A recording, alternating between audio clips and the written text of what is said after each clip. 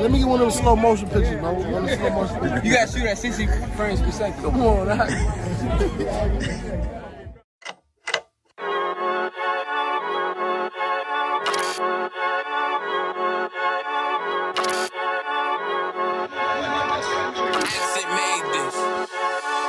They say they wanna hear that raw shit. These niggas claiming that they bullshit. These niggas better move and coach shit. As if they make the wrong move and coach shit. You see me, they like, ooh, keep on shopping. I'm on my way up and they ain't gon' stop it.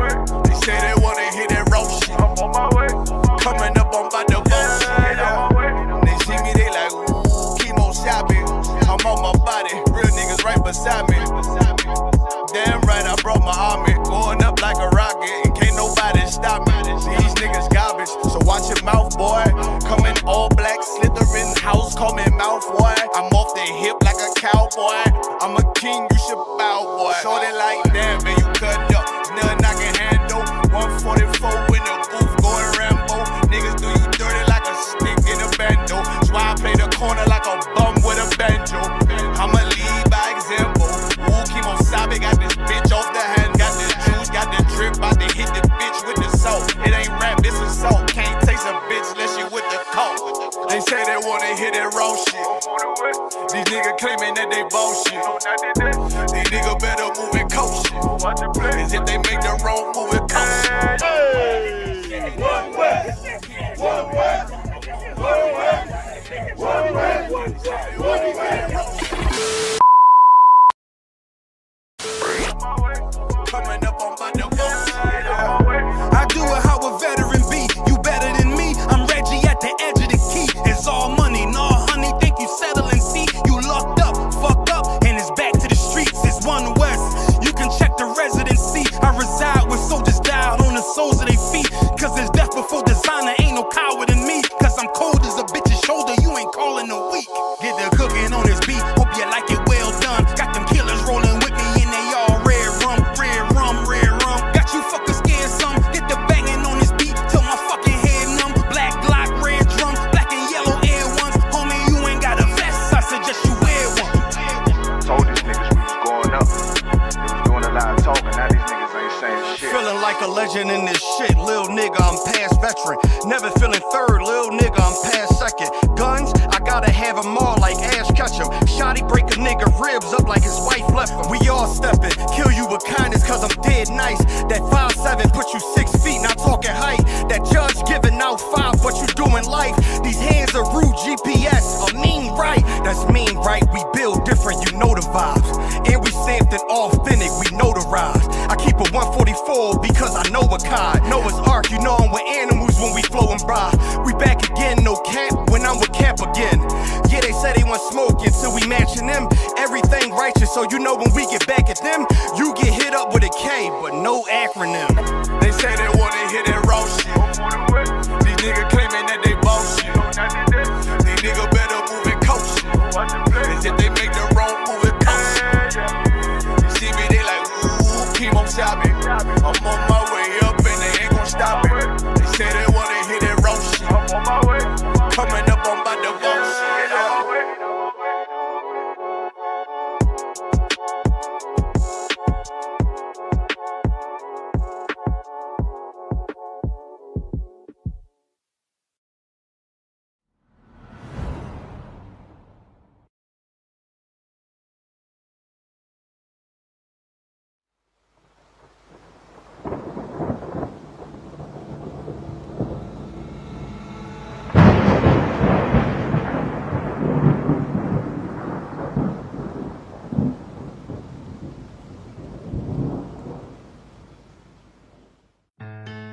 West till they bury me.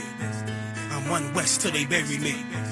I'm One West till they bury me. I be One West to the death till they bury me. One West till they bury me. I'm One West till they bury me.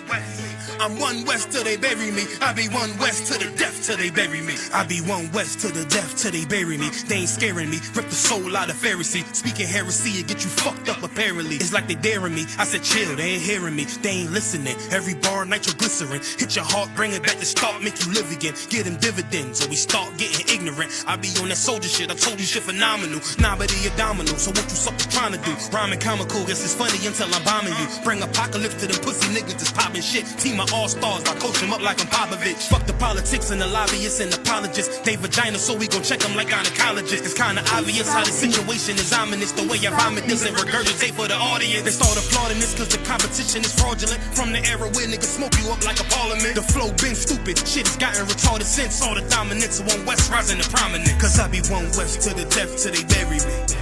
I'm one West till they bury me. I be one West to the death till they bury me. I'm one West till they bury me. I be one West to the death till they bury me. I'm one West till they bury me. I be one West to the death till they bury me. I'm one West till they bury me. They want a nigga quiet, mute my maneuvers, but I ride like I got Groupons for Uber. Rhymes hard like they been viewed by Medusa. 9 milli Luger, 17 in the Ruger. Only need a few to sit up in your medulla. Obligata for the regatta, niggas wildin', they win every dollar. They riding by in black Impalas, let the semi holler. A showstopper, been as proper since the teeny bopper. But now I'm going them off Patron, a premium of vodka. I put extensions on the Glock, modified the chopper. The war heavy, war ready, and that's working mama. No marijuana, say I got the loudest silence on it. When I'm up on it, ain't no rapper do it like I do it. A lot of spitties and writers, but when the heat's on, none of them can get to the fire around with me. And I had a nigga spin like a tire, but down the D, and I'm still dope as a piper. Every bar burn hard like a spoon with a lighter. Fuel to igniter, I'm winning, coming through with the title because U.P.K. I be one West to the death till they bury me. I'm one West till they bury me. I be one West to the death till they bury me. I'm one West till they bury me. I be one West to the death till they bury me. I'm one West till they bury me. I be one West to the death till they bury me. I'm one West till they bury me.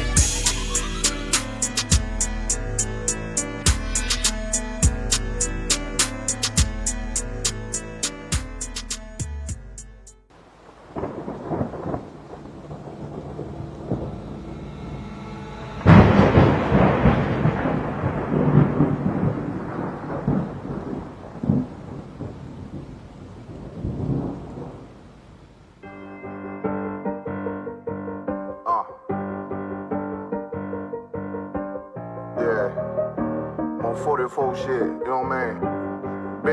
Busy man.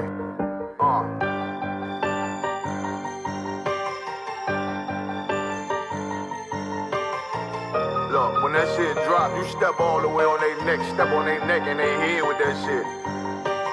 Fine then, I ain't show no mercy, we gon' show them boy what time it is. I pop out like I'm Samuel, I got time to kill. Haters thought I died, I survived. They don't know how I did it, got it out the mud, straight to glory. They don't know how I feel. He nice, but he don't show them skills, how I show them skills. He ride, but he don't work the wheel, how I work the wheel. They mad, I'm too solid, circle tight, yeah, vacuum seal. No, they want my life, I ain't worried. I got rank for real, I got real soldiers, kill for me, nigga. Watch yourself. They say you been in beast mode lately, you is not yourself. When you dropping that fire, precious marriage, they inquiring. They can't stop what's coming, but I see them conspiring. Cross the line, them firing. This bitch here, finna break the spin on kindness. I don't trust you, circle small. You can keep your features. Me and my niggas don't keep no secrets. And it feel like Jeepers Creepers. Say they want some smoke, dawg. So I brought these chimney sweeps. Coming like we coming, you can't even cap. These niggas don't run it like we running, bitch. Don't even start. Bitch, I'm with my niggas till the end, till death do us part. So if you wanna leave, you can leave, bitch. Bless your heart, fine then. I ain't show no mercy, we gon' show them boy what time it is. I pop out like I'm Samuel, I got time to kill. Haters thought I died, I survived. They don't know how I did it, got it out the mud, straight to glory. They don't know how I feel. He nice, but he don't show them skills, how I show them skills. He ride, but he don't work the wheel, how I work the wheel. Ooh, I got him mad, circle tight, yeah, vacuum seal. I heard they want my life, I ain't worried, I got rate for real. Take over in effect, yeah, I'm fully focused. You might not see it on me, just know it's women, that bitch fully loaded. Ooh, yeah, we up and rolling. Told him I need major motion. Think I'm joking, I'ma school them niggas like they baby Jody. Got it out the dust, now I'm too clean, don't know why they hate me. What you want out life, dawg? Guns and butter, baby boy. U.P.K top, dawg. Certified road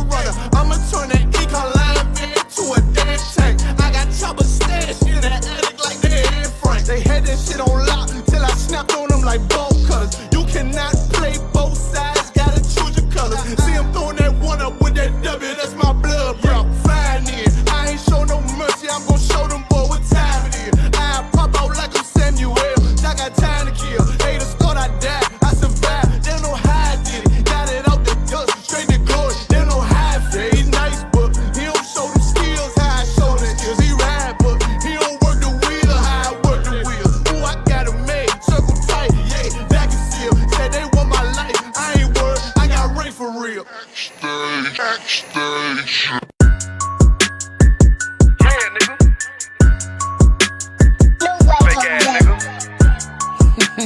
You ain't no Israelite, but you a gospelite, bitch. Fuck you talking about? If that nigga won't walk, bitch, we ready. It ain't hard to find us. Hawk, I keep that stick locked, loaded, boy, he'll fade your line up. Young nigga name is Slayer. What you think, boy? You be done to try. Soft coast shit, we bout it. UPK soup solid. Little bitch think I'm crazy, think I'm playing like bitch, I ain't the one. Warfare every day, so who is you, bitch? I don't need your love. Killers right round the way. What you think? I love this brotherhood. Hood. More than you, bitch. Sharp on shit, I'm bout it. UPK soup solid. Fuck nigga don't want war. It ain't enough clips in your army. All the bitches wanna take my piece. All they hoes wanna take my piece. All the nigga wanna take my piece. No, I can't let a dog take it from me. I can't let a dog take it from me. You a hoe study and you dummy. And these bitches really out this bitch walking around like they don't know nothing. And a lame nigga fall for them and get set up for the coins and get gunned down, man down. Shoulda took the time, get a damn no. But I see the shawty and I show her. She could never get a piece whole. You a dirt ass, rust ass neck bitch with a fake ass jewelry. In Tennessee while I'm touring. It's a Tennessee, but she luring. Yeah, that sucker duck bitch ass boy, fuck nigga over that bit muggin'. I say, if that nigga won't walk, bitch, we ready. It ain't hard to find us. Hawk, I keep that stick locked, loaded, boy, he'll fade your line up. Young nigga name is Slayer. What you think, boy? You be done to try. Soft coast shit, we bout it. UPK soup solid. Little bitch think I'm crazy, think I'm playing like bitch, I ain't the one. Warfare every day, so who is you, bitch? I don't need your love. Killers right round the way. What you think? I love this brotherhood. Hood. More than you, bitch. You a lame nigga down to me. Eat candy, but I'm sucker free. You a little nigga, ain't nothing to me. Bass up, boy, I fit a beat. Yeah, AR-223. Draco with a magazine. Yeah, the clip run like limousine. I shoot your ass in the spleen. Boy, I bust your ass in the temple. We debating by the temple. Tell the truth, boy, you's a victim. And you squirm off like a lizard. Nigga walk down my road. Why does nigga come down my road? Boy, come down my road.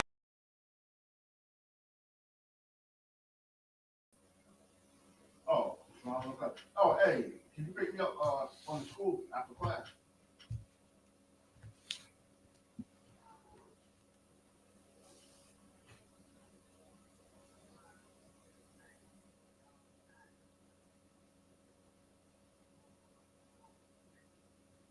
Shalom, Israel.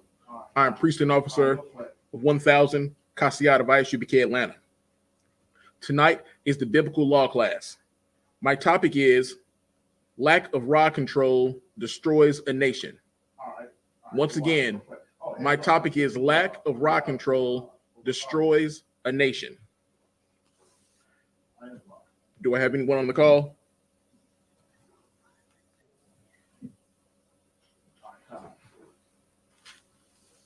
Okay.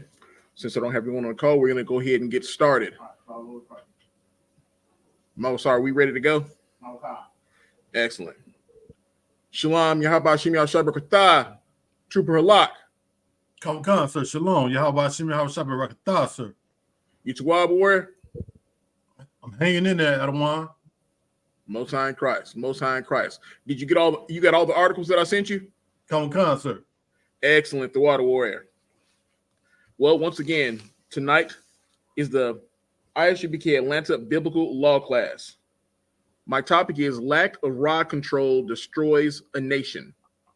Right. Tonight's topic has to be brought out because one of the things that plagues Blacks, Hispanics, and Native Indians, especially when I go back to Blacks or in the tribe of Judah, for whatever reason, we are so driven by the lust of, well, we're all driven by the lust of sex because we don't understand that, number one, that sex is marriage. We don't understand that there's a great responsibility that we have as men to choose wisely. We don't understand that we aren't supposed to just go out there and sleep with whomever, whenever, however, wherever. That is not what we're supposed to do. You think that makes you a pimp, or you're hard, or whatever it is, whatever slang term that may be used as a term of endearment for a man who goes and just sleeps with multiple women and then leaves them. That's not what we do here in the I.S.U.P.K. That right there is not Israelite culture. That right there is being a whoremonger if you're a man and you're whoring women out, because that's exactly what you're doing. Right. Tonight, we're going to go over what it takes to have rod control, because we understand that not having rod control can destroy a nation. I'm also going to share with you what you're supposed to do to have that control so that you can build the nation. I'm going to ask a question, and this is open to you, Trooper Halak, anyone on the call, or to you, my main man here with me doing Shamar tonight, Mawasar. I have an example that I want to hear from someone. What would be a way of lack of rod control destroying a nation? Salaki Adawan. Go ahead.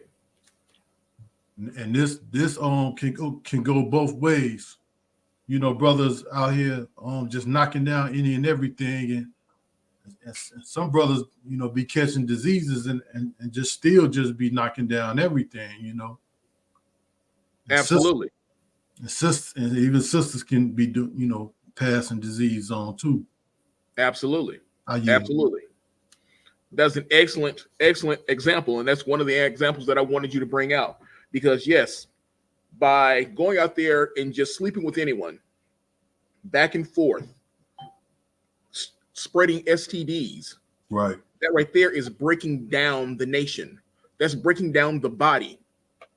I want you to pay close attention to the words that I'm using, because when the body is sick, you're not going to just have a portion of the body that's sick. All of it is going to be sick. Right. So when you're going out there and you're doing these things, you're affecting your people. You're affecting your body as a whole. Israel is one body. Right. That's what we're supposed to be. But when we go out there and we're breaking these laws, not only are you affecting yourself and bringing yourself into harm's way, but the person that you're breaking the law with and or against, and the rest of your people. Tonight's topic is going to delve into the area of rod control. When I say rod, I'm talking about your male member, your penis, if you will. Go ahead, Mawasar. Going out here, going out here, you know how like a lot of these athletes and celebrities, they be making it, like the entertainers and stuff, how they make it. They making millions, but yet they get so hyped up and want to go deal with heathens instead of marrying the women of your own nation, building up a family, right? You know, and keeping the money with your own people, right? Exactly. So that lack of rod control also, where when you go and you sleep with a woman of another nation or a man of another nation, that right there is beating down and breaking down or destroying your nation. You're taking away from your own people by engaging in sex with strange women. Now, when I say strange women in the context of the class, I'm talking about whorish women of your own people. But also, as I go through the class, I may touch on Solomon, because what did he do? He sinned by sleeping with strange women. In this case, the strange women, he was sleeping with oppressor women. He was sleeping in all different races of women, including his own. But what happened? What happened to the kingdom? We know it failed. Right. So understand this. Lack of rod control can destroy a nation. If you would, Halak, give me the book of James, chapter 1, verse 14. The book of James, chapter 1, verse 14, Baba Shah. Come on, sir. Tonight, you're going to understand what it takes to be able to defeat that demon of lust, because lust is one of the main components of why you can't control yourself. Lust, and then lack of discipline, no self-control. Read that when you have it, warrior. Come on, sir. The book of James, chapter 1 and verse 14.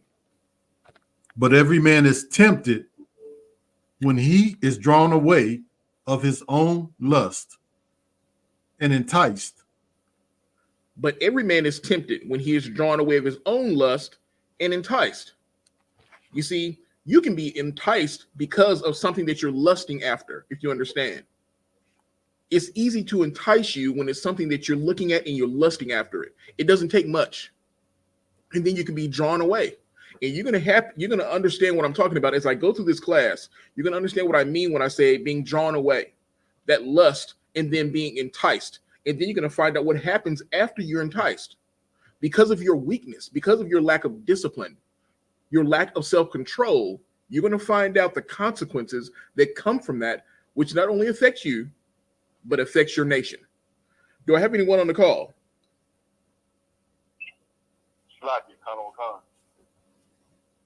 Shalom on Christ. Who's this, Lord? Shalom on Christ. YAHANNA. What's going on, Warrior Twab? Glad to be in the class, sir. Absolutely. I'm glad that you called in. We're going to get into it tonight.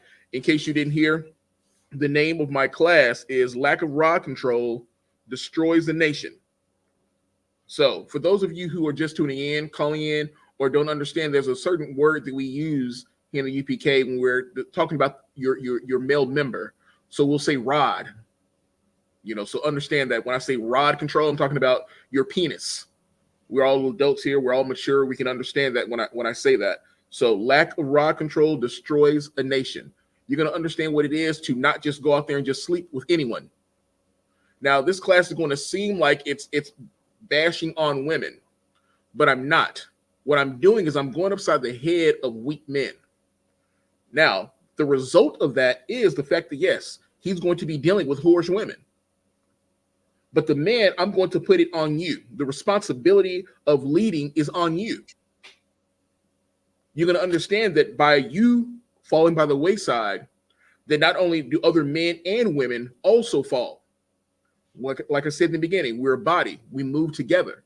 So you're not just going to do something and then part of us are going to be okay and then the rest of us aren't. You have to come into this truth so that you can escape all of that. But it takes discipline to do so. And we're going to get in that tonight. Right. As I had Halak read earlier, the book of James, chapter 1, verse 14, I'm going to read it again.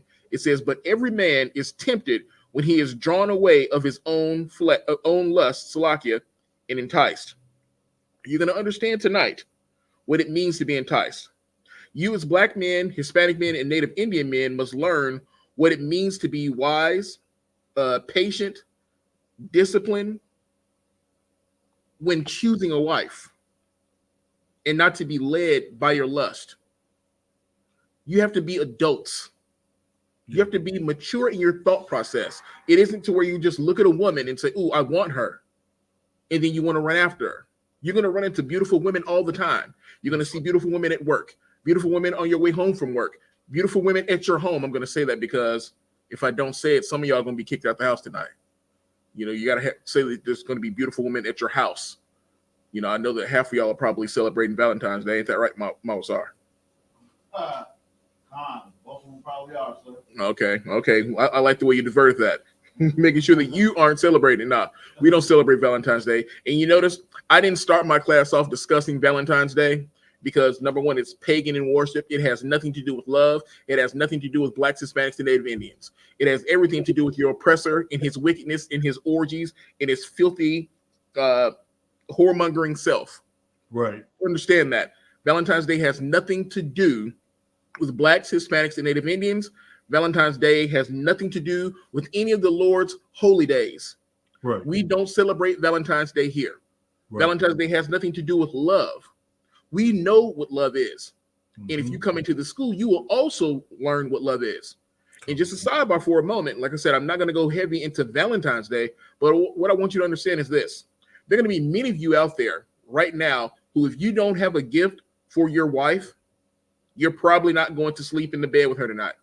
If you don't have a gift for your wife or flowers, you're probably not going to be able to come home tonight because she's going to feel like, oh, you don't love me. Who you giving them to? You giving them to your work wife or whatever you want to call it? Right. Understand this. Valentine's Day has nothing to do with love, period. If you want to understand what love is, then you come to the I.S.U.P.K. You'll find out in the scriptures what love is. That's right. And if you love the Most High and you follow his laws, then guess what? You'll know what love is.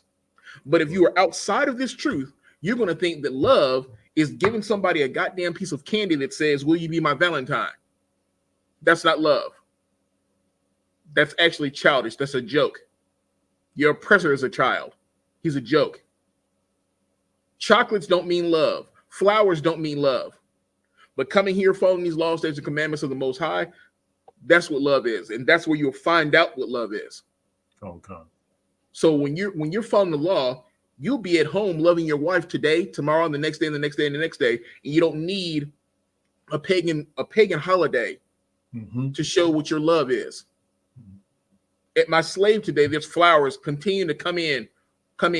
People are mailing flowers. The florist is coming to the building and dropping off flowers for this person, dropping off flowers for that person. But what they don't understand is while they're dropping off those flowers, their wife's work husband is sitting right there looking at her, getting those flowers.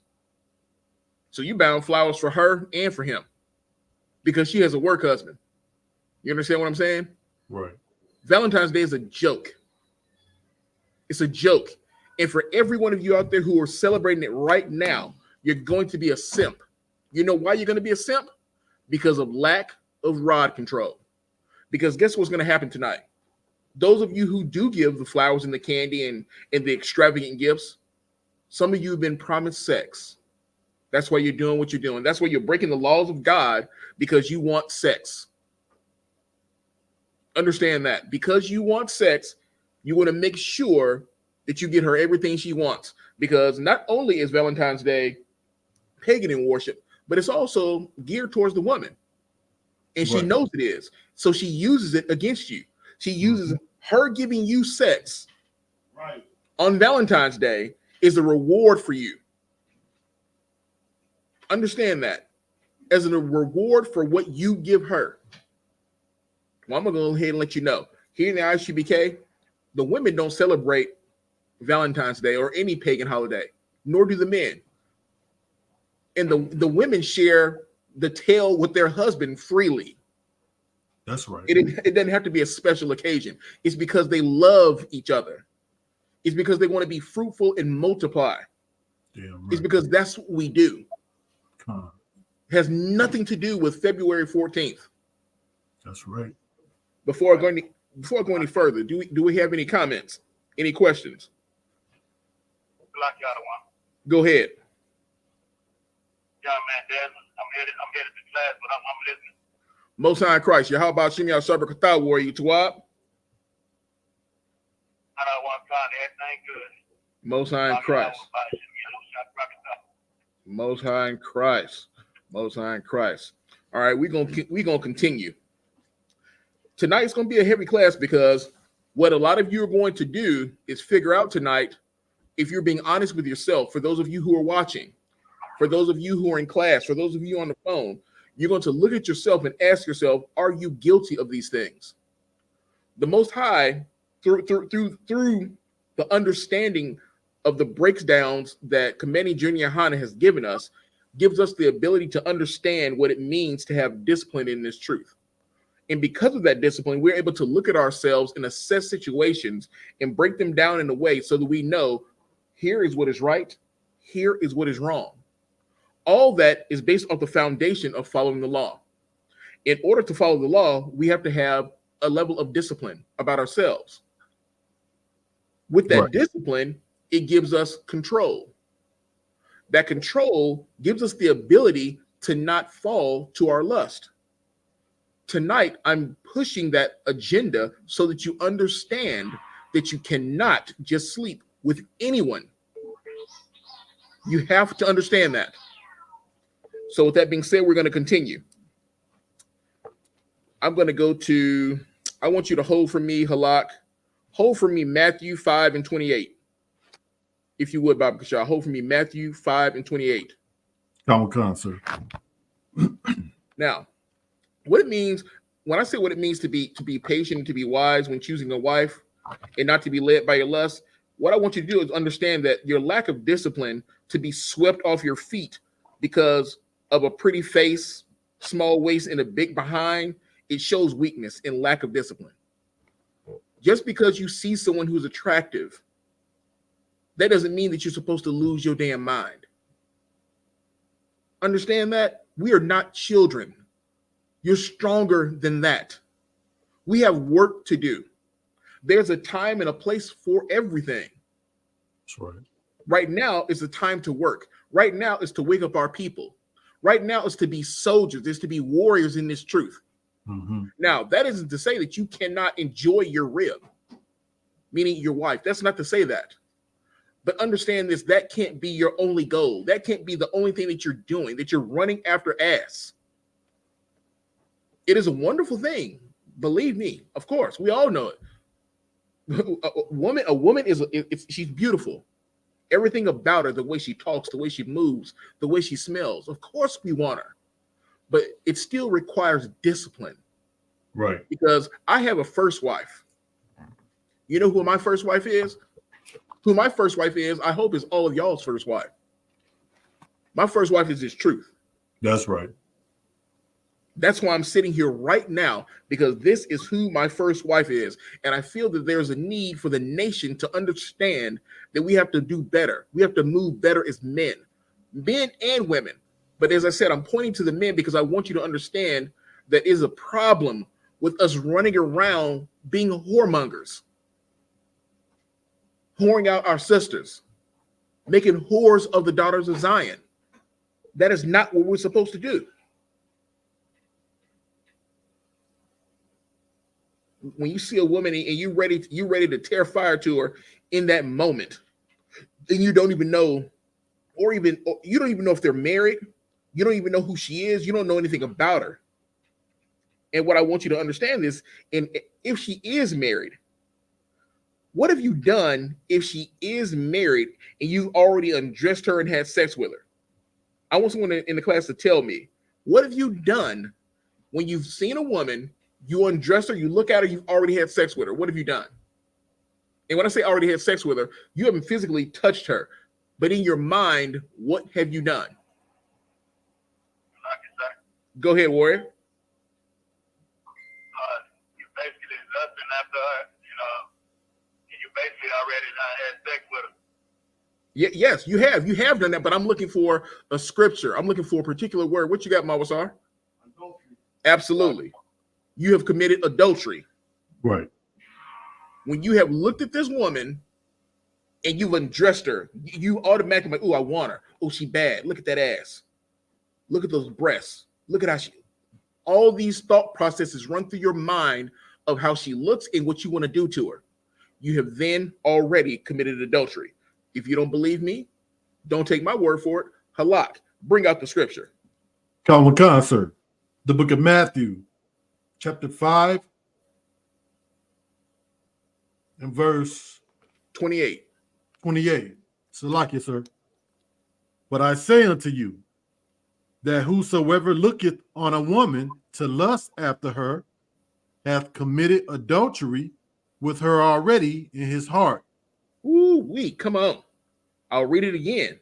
But I say unto you, that whosoever looketh on a woman to lust after her hath committed adultery with her already in his heart. Somebody in the class tell me, what is the heart? Salakia, sir.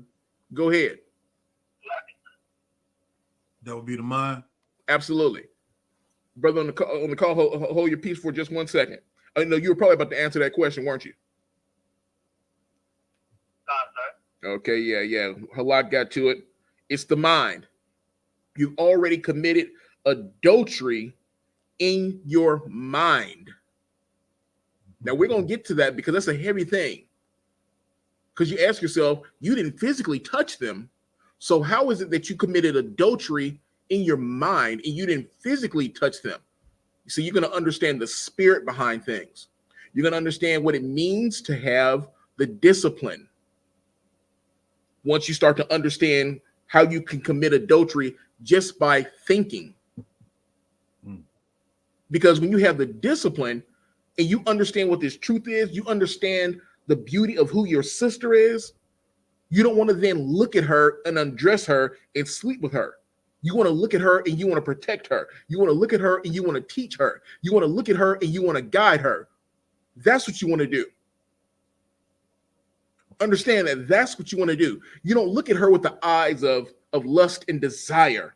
Now, can you have a wife and desire her? Absolutely, you can.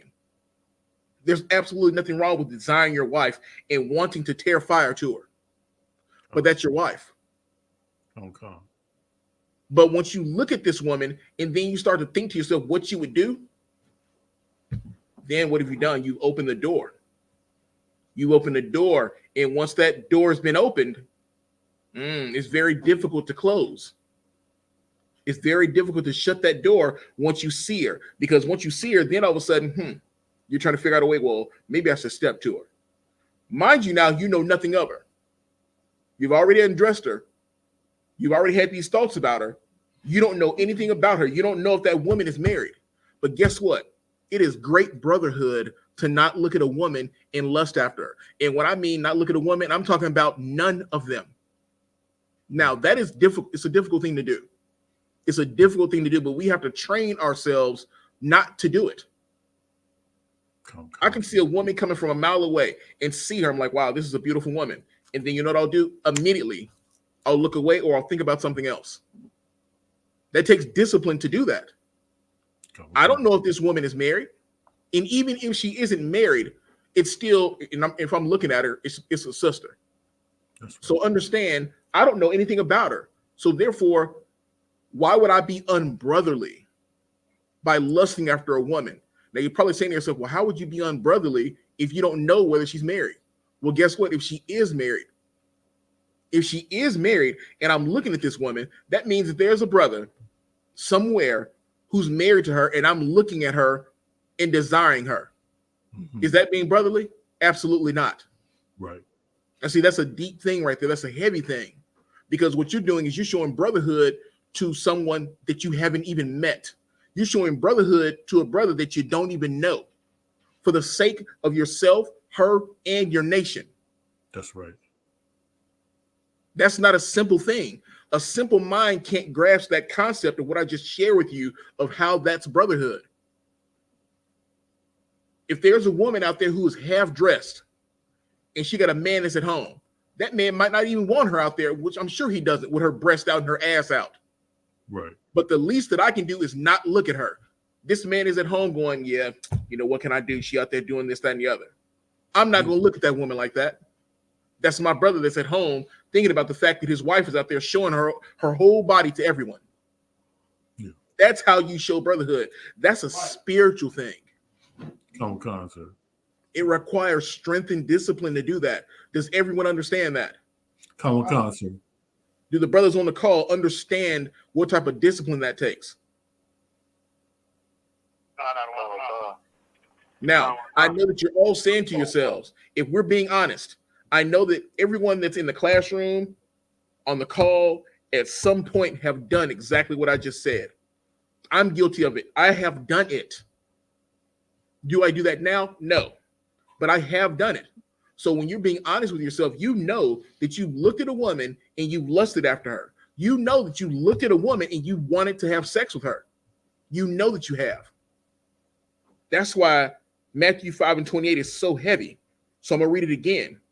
But I say unto you that whosoever looketh on a woman to lust after her hath committed adultery with her already in his heart.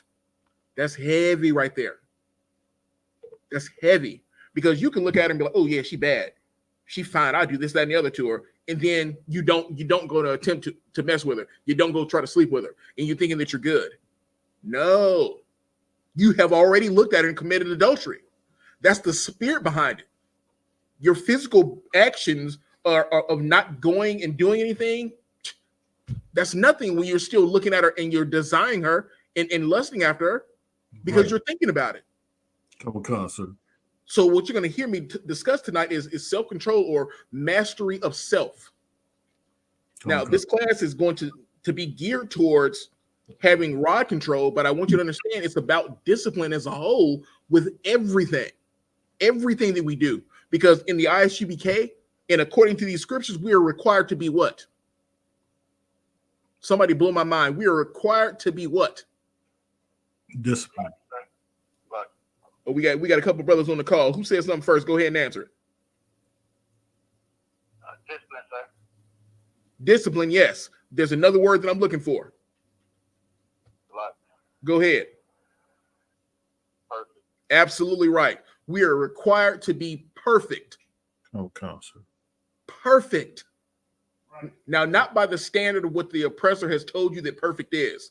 Oh, I don't curse and I make sure that my room is clean and this, that, and the other, and I wear a tie and I keep my pants pulled up. That has nothing to do with being perfect. Following these laws are being perfect. Following the law of God is being perfect, but you have to understand the spirit behind the law. And this is a spiritual thing that I'm talking about here in 5 and 28 in the book of Matthew. The spirit behind what happens when you look at them. You've lusted and committed adultery. Now, I want you to understand this. You're gonna see beautiful women. You're gonna see that everywhere. And you say to yourself, well, how can I see all these beautiful women and not think about it? Easy. Don't do it. Did Yahushua do that? Did Yahushua look at women and lust after them? Somebody answer that question for me. Did Yahushua look at one woman and lust after her? La, sir. No, he did not. No, he did not. So guess what? We are to do the exact same thing. We are to do the exact same thing. We're to be soldiers 24/7. Because guess what? Life is about war. You hear that here in the I.S.U.P.K all the time. Life is about war. And where is 100% of that war at? Somebody blow my mind. Where is 100% of the war at? Go ahead. You say it's in your mind. Absolutely. You. Absolutely. 100% of the war is in your mind. That's where the entire war is. So for those, when you're reading the Bible and you hear heart, of course, we say this over and over again, the heart in your chest, that is a flesh, that's flesh. It pumps blood through your body. But the heart that I'm talking about, that they're talking about in the scriptures, is in your mind. How you think, what you do, who you are is right here in your mind. Right. Understand that. So when I'm discussing with you, because many of you probably heard it, and you say this, when you're at home by yourself, that is when you're showing integrity. When no one is around, who you are then is who you are. When no one is watching you, that's who you are. What you're thinking is who you are. Yes, tonight is meant to cut your ass. Tonight is meant to cut you so that you can rewire and understand that there's a way that you're supposed to think. And there's things that you're supposed to think on. And it's in these scriptures what you're supposed to think on. Naked women ain't it. Understand that. Titties and ass ain't it. God. Y'all understand? Common concert. Most High in Christ, we're going to continue. Excellent. Excellent. What I don't want you to do, go ahead, Warrior. So I got along. If I may, it's a real heavy point, what you just brought out, because I'm starting to put that together with another precept, if I may. Absolutely. Go ahead. Bring it out. This the book of Exodus, chapter 20, verse 17. Thou shalt not covet thy neighbor's house. Thou shalt not covet thy neighbor's wife, nor his manservant, nor his maidservant, nor his ox, nor his ass. Okay, come on now. You getting ahead of me, Warrior, but you're damn right. Because the key thing is covet. Yes, covet his wife. Yeah. Because that's what's happening in Matthew 5 and 28. Come. You're coveting someone's wife. Yeah. That's what you're doing. And covetousness leads to all these things. That's right. It's because you want it. You're coveting after it. It's in the scriptures. Once again, you didn't hear it from me. You're hearing it from the scriptures. It's in the book of life. Right. That's what you need to understand. So with that being said, I don't want you to let a woman's beauty to be your death. Understand what I just said. I don't want you to let a woman's beauty be your death. And that's a heavy thing when I say that, because what I want you to understand is there have been many men who have fallen by the side of a woman. Am I lying? La sir. Go ahead, Warrior. Right. Hold your thought on the phone real quick. You got an officer in here about to speak. Go ahead, Warrior. Precept right quick. Go ahead. Psalms 1 and 2. Go ahead. But his delight is in the law of the Lord. Come on. And in his law doeth he meditate day and night. Come on, Warrior. Come on. Read it again. Read it again and read it out loud. Psalms 1 and 2. But his delight is in the law of the Lord. And in his law doeth he meditate day and night. Come on. In his law doeth he meditate day and night. He delights in the law of the Lord. When you delight in the law of the Lord, that increases what? That increases your discipline. When you delight in the law of the Lord. Who's about to speak on the phone? Lucky, sir. Young man Brian checking in. Yeah, how about you, man? SHALAM. What's going on, Warrior? Not much. I don't want y'all about SHALAM. Excellent. Excellent. Good to hear from you. But yeah, that's an excellent. Go ahead, Warrior. Yeah, how about you, man? SHALAM. What's going on, Warrior? Tuwab? Oh yeah, I'm Tuwab. I'm glad to be back in the saddle, as they say again. You know, it's been a minute. You know, brother out here putting my bricks in for this truth. So I don't often get in here and teach as much as I would like to, but understand that work is still getting done. So today, now that I'm in here, oh yeah, we're gonna blaze. We're gonna get into this thing. John Khan. It's good to have all you brothers on the phone. We got another warrior who just came into the building. Shalom, Lord Christ, mighty man. What's going on with you, warrior? You Tuwab? Excellent. Look, you know we don't have no chairs up. Go ahead, Phil. Go ahead and grab your chair. We're letting brothers come in and get settled. With the time, anybody on the call have any questions or comments? Salaki Adawan. Go ahead, warrior. Can I get some understanding on this precept? This precept. It seems like it's about adultery and covetousness. Okay, go ahead, read it. The book of Job, chapter 31 and verse 9. If mine heart have been deceived by a woman, or if I have laid wait at my neighbor's door, then let my wife grind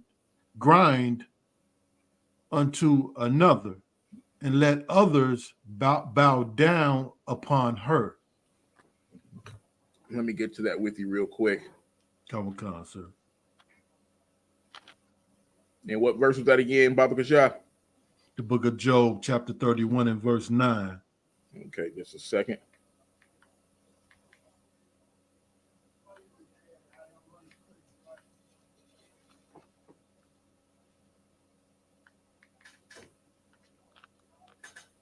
Let me get there with you. Come on, sir.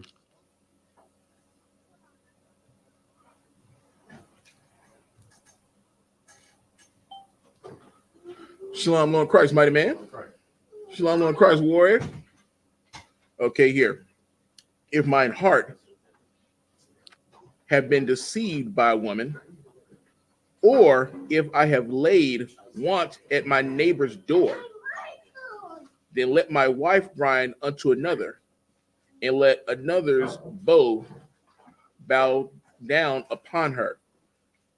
That right there, if I'm not mistaken, where that is what he's trying to say here. If his heart has been deceived by a woman, meaning if he's been tricked and or feels as though he can go and deal with this woman, it says, and I laid my weight at my neighbor's door, meaning it's his neighbor's door, it's his brother's wife, right, at the door. So then when you're looking at that, if my heart have been deceived by a woman, meaning, oh, look, you can come get some of this, but you're wrong with that. Right. Then let my wife grind unto another, which, you know, we can't do it like that, because, but what he's saying is that he's committed adultery. Come. So yeah, what you're saying that would be discussing adultery right there. Come. Right, we're gonna keep it moving. We got the brothers in here. The water. On y'all the bar. For those of y'all who just stepped into the class, The topic for tonight is lack of rod control. So, like your lack of rod control can destroy a nation. Lack of rod control can destroy a nation. Now we're going to continue. As I was saying, don't let a woman's beauty be your death. As I was saying to you, there have been many men who have fallen by the wayside because of a woman. Because either he is chased after her and she set him up, murdered him, robbed him, or because she was married and you got caught up with her, and then the husband caught you and he murdered you. Mm-hmm. So don't let a woman's beauty be your death. We understand throughout the scriptures many examples of where men would chase after women because of their beauty, and then you would see what would happen.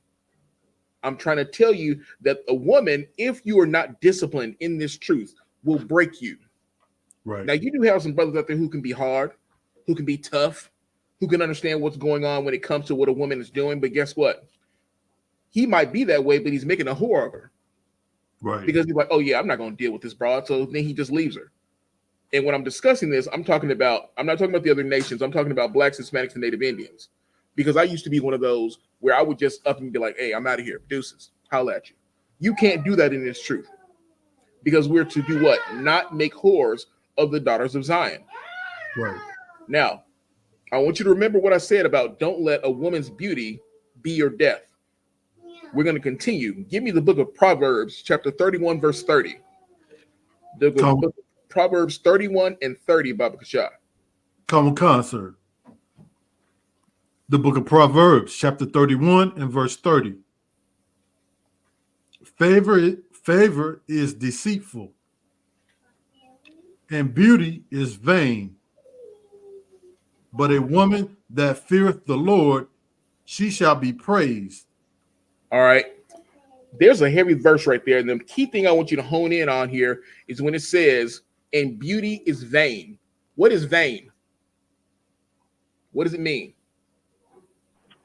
Go ahead. I got a brother in the class. Go ahead.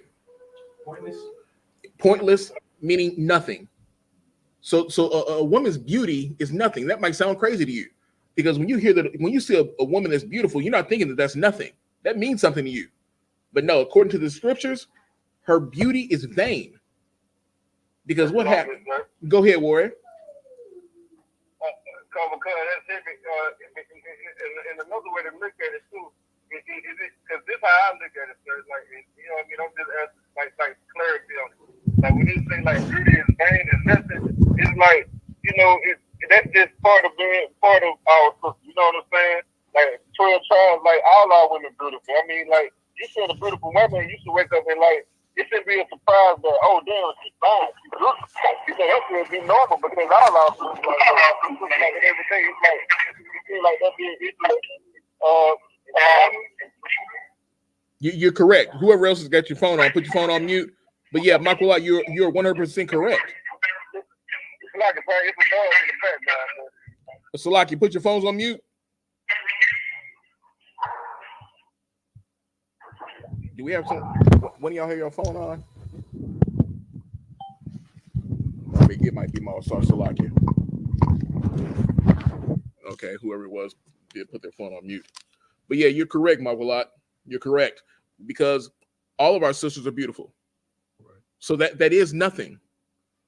But understanding what we're bringing out here, it is very important that we have the discipline to not just be swept off our feet just because of a woman's beauty, because it means nothing. Favor is deceitful and beauty is vain, but a woman that feareth the Lord shall be praised. You praise a woman because of what? Let's be honest. What do you praise women for? We adults here. Go ahead. Hey, there you go. There you go. We praise a woman when we see that backside. We're like, ooh, look at that ass. Look at the breast. Look at the shape. Like I said, a pretty face, small waist, and a big behind. Go ahead, Warren. All of that. All of that. Every bit of that. shakes when she, you know, her just switching back and forth. Yes, you are reliving it. I can see that you're reliving it. Absolutely. Absolutely. I can see you reliving that thought process. I get it. But understand this, Most High in Christ for what the Most High has done for us with the beautiful women that we do have here in Israel. You know what? I will take a tad bit of that, the water. Most High in Christ for what he's done. Go ahead, Warrior. Her cookie. Well, there you go. But we call it the box in here. And guess what? We also can call it the matrix. Right. Yes, indeed, the matrix. But understand this. Everything is still going to lead back to the discipline that we're supposed to have. Right. It's always going to lead back to the discipline that we're supposed to have. Just because she's beautiful means nothing.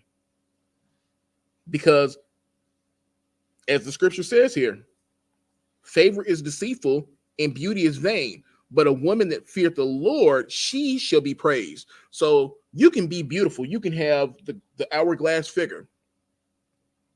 You can have all of that and be 100% dragon. You can have all of that and just be as ugly as whatever you think ugly is. That's what a woman can be. How do I know this? Because the second sometimes I hear a woman speak, I can hear a woman speak and immediately know I'm not dealing with her. Right. I can know right then and there that I'm not dealing with her. Right. How do I know that? Because I can see the way she's speaking, the way that she's carrying herself. There's a spiritual thing that's behind that. I'm not looking at her because of what she looks like. I'm looking beyond that. And that's what you're supposed to do. When you look at a woman, one of the things you're supposed to see is, does this woman love the Lord? That's if you're in the truth. Can this woman raise my son or daughter?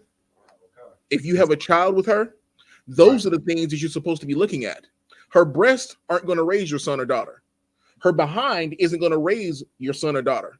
Her box isn't going to raise your son or daughter. Her beauty isn't going to raise your son or daughter. But the discipline that you have by having rod control and taking that time, that's right, rod control. But by taking that time to have that discipline to figure out who she is, to see whether or not she is worthy of who you are, then you can decide, okay, this woman is to be praised. She fears the Lord. Or you can take your time with her and bring her into this truth, but you have to take your time. It requires patience. It requires wisdom, and it requires discipline. As I said, if you don't have rod control, you can break down an entire nation. You're going to continue to ask yourself, how is it that not having rod control can break down a nation? Well, I brought out Solomon to you earlier. We know what Solomon did. Solomon had 700 wives, but he sinned against the Lord because what did he do? He slept with strange women. The kingdom fell. Now understand this. Right now, today, on this very day, there's going to be a lot of brothers who are going to fall. You know why they're going to fall? Because they're worshiping a pagan god. Why? Because they're being led by a whorish woman. Why? Because they got to go get those flowers and those chocolates to take to her so they can do what? So they can get some ass. That's why. Everyone today that is outside of the I.S.U.P.K is super simping. That's what they're doing. Super simping. That's right. That's what they're doing. It takes a discipline to be able to look at your woman and be like, you're not getting no flowers and no chocolate from me. This has nothing to do with the love of the Most High. That's right. I'm loving you every day by covering you with this truth. Right. Understand that. Don't be a simp. And not just on February 14th. Don't be a simp ever. And the way you're going to be a simp is this, by not having rod control. Understanding this, because you are out there running the streets, smashing and laying the rod to everyone you run into, every woman you run into, that makes you feel like you're doing something. But actually, that's weakness. That right there is not strength by sleeping with multiple women and then walking away from it. That right there actually harms the body. That harms you. So what you're going to do is understand that by not having rod control can lead to what? Somebody blow my mind. Not having rod control can lead to what? Go ahead. It can lead to death, but what is it that can cause you to lead to that death? STDs. STDs. Lack of rod control leads to STDs. But you're correct. It is sin and it is death. But as I read through these scriptures, you're going to understand how that whorish woman and you having lack of rod control can lead to that death through STDs. We're going to get to it. We're going to get to it. So I want you to understand what it looks like in the breaking down of a nation. I'm going to use a couple examples. Number one is whores. Number two is STDs. And number three, of course, is death. Whores lead to death. STDs lead to death. And we already know what death is. Go ahead, Warren. Sleeping with another man's woman can definitely lead to death. All these things, whores, STDs, sleeping with another man's woman, that all right there does what? It breaks down a nation. And when I'm talking about the nation, I'm talking about Israel. I'm talking about the body.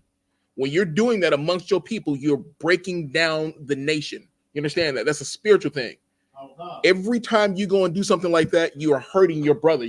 And when you hurt him, what does that do? In effect, he turns around and he hurts you. And then guess what else? Someone else is hurt by it, and someone else is hurt by it. So it's a ripple effect. And you're going to hear me discuss ripple effect throughout this class, because a ripple effect is something that when you do something here, like if you throw a rock in the water, there's a ripple. And once that ripple goes through, it's a wave through all that water. Well, there's a ripple that happens to all of Israel every time you're out there wilding out, whether it be murder or whatever it may be. We're being affected by it. We are one body. Right. So understand that. Now, these are but a few things that can destroy a nation. So when I talk about a nation falling, to get some understanding, young man Josh, you got your sword? If you would, for me, bring up the book of Leviticus, chapter 19, verse 29. Leviticus 19 and 29, Baba Kashai. The book of Leviticus, chapter 19, verse 29. I'm at the wait. I'm at the transfer from my Hey, put your phones on mute. Put your phones on mute.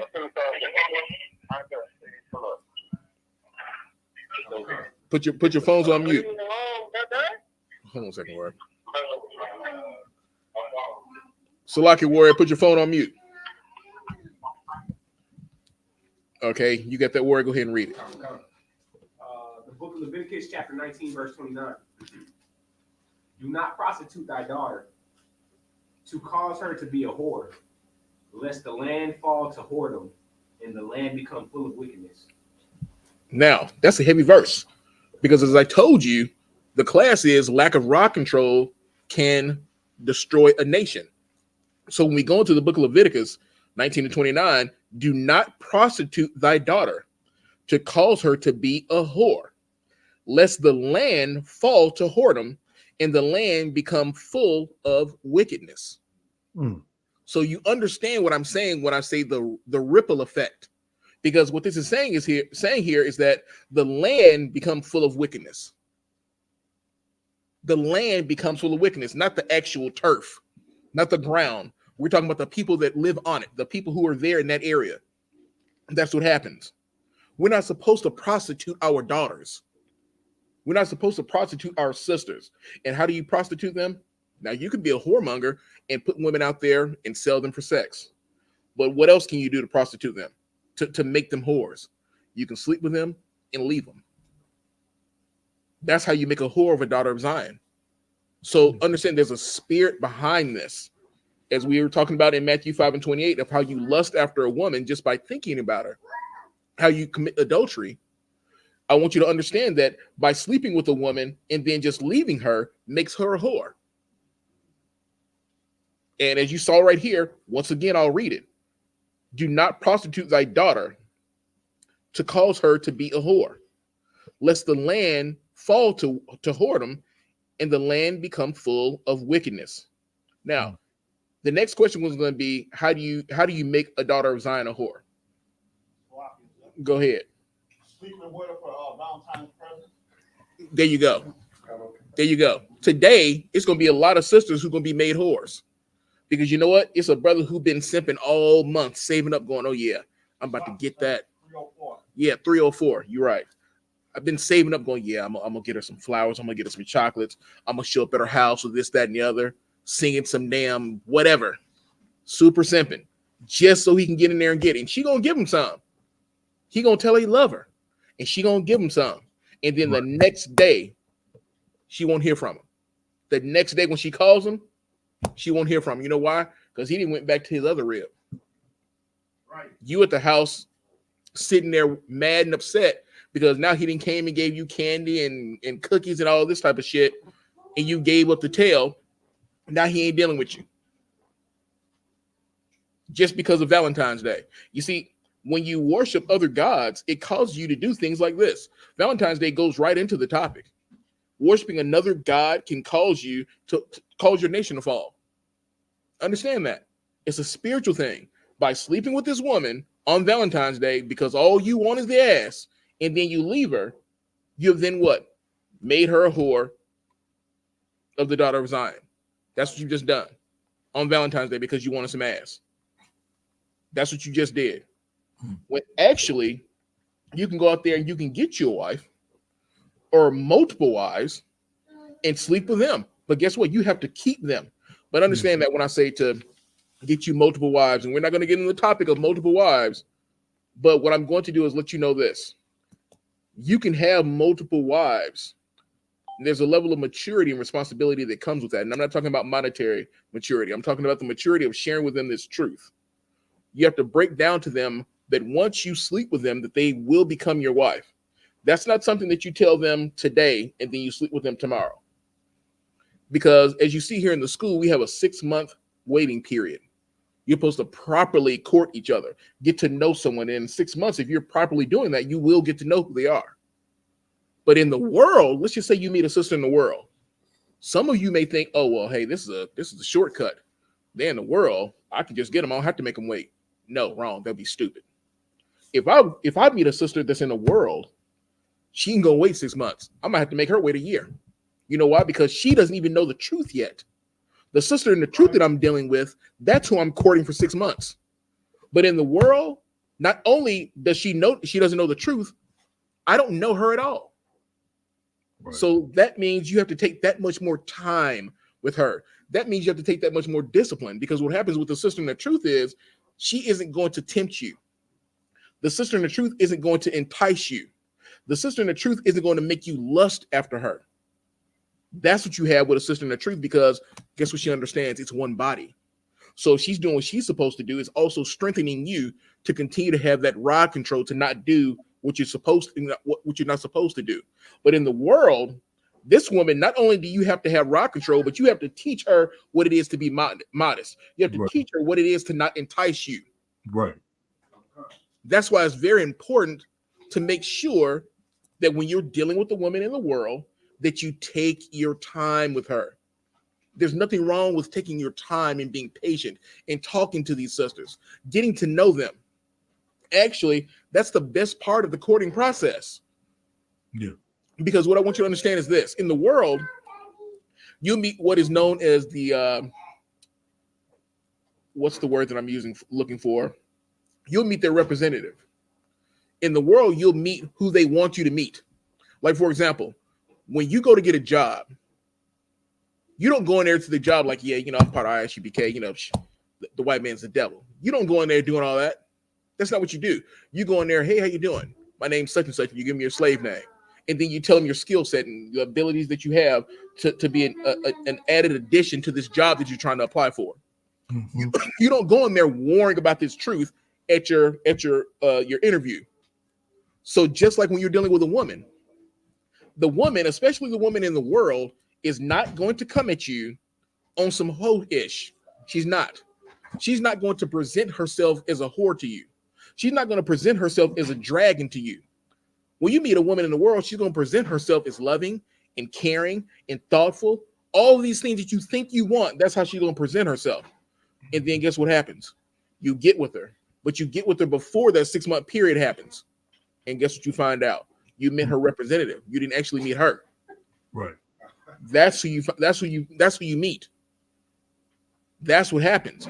But if you have rod control, if you have discipline, you take your time. I don't care how good she looks. You know why? You know why that you're taking your time? Because you understand the importance of building your nation. You understand the importance of brotherhood. Now you might say to yourself, how do brotherhood intertwine with you taking your time with the woman? Here's how. You don't want to marry a whore into the brotherhood. I'll say that again. You don't want to marry a whore into the brotherhood. Right. Because if you marry a whore into the brotherhood, now I got to take care of her and protect her just like you do because you're my brother. But this woman is a whore. Yeah. Because you couldn't contain yourself. And you know she's a whore. You don't know how you know she's a whore? Because you slept with her in a day.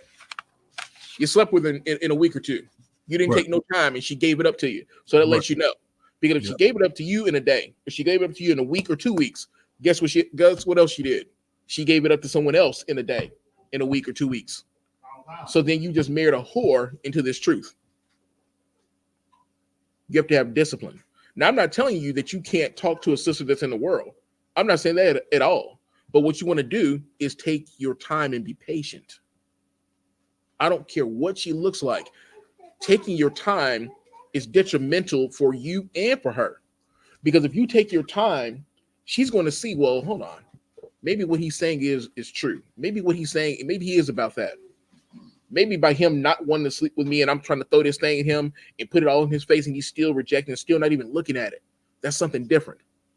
A woman gets around that and sees that a man has that type of discipline. She knows she has a man.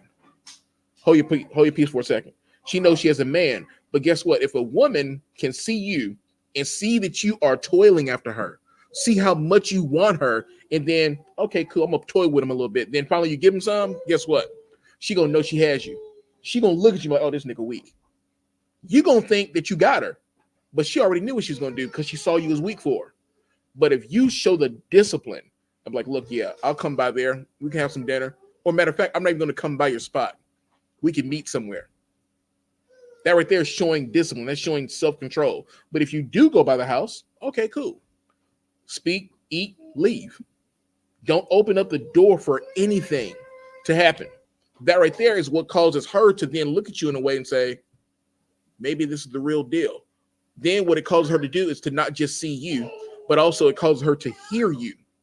She's now listening to what you're saying and not just looking at you because she's seeing something different. She's understanding that, yes, this is a man, but this is a different type of man. This is a man that's honorable. This is a man that is righteous. That's what she finds out because of your discipline. Yeah. Those are the things that she finds out. So I'm going to continue here. Let me see here. We went over how do you make a daughter of Zion a whore. Let's see here. And the next thing we're going to go over here, what I want you to pull up for me is, let me see the next verse I'm going to get to. Get to me Galatians 5 and 16, Baba Kasha. The book of Galatians 5 and 16. Come on, sir. Now, hold that right there for a second, because we're not going to get into that just yet. Come on, sir. One of the things that we were discussing about when you break down a nation and how it's a ripple effect, you can get with a sister. Let's just say you get with this woman, you get with her quickly. You have no intention of staying with her.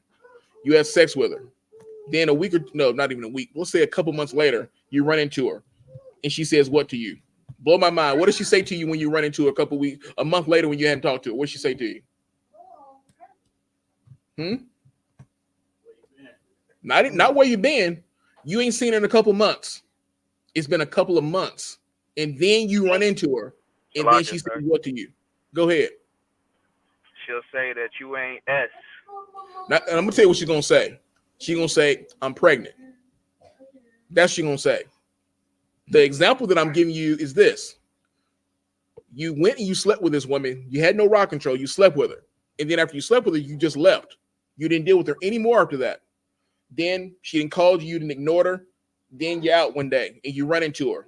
When you run into her, she tells you, I'm pregnant.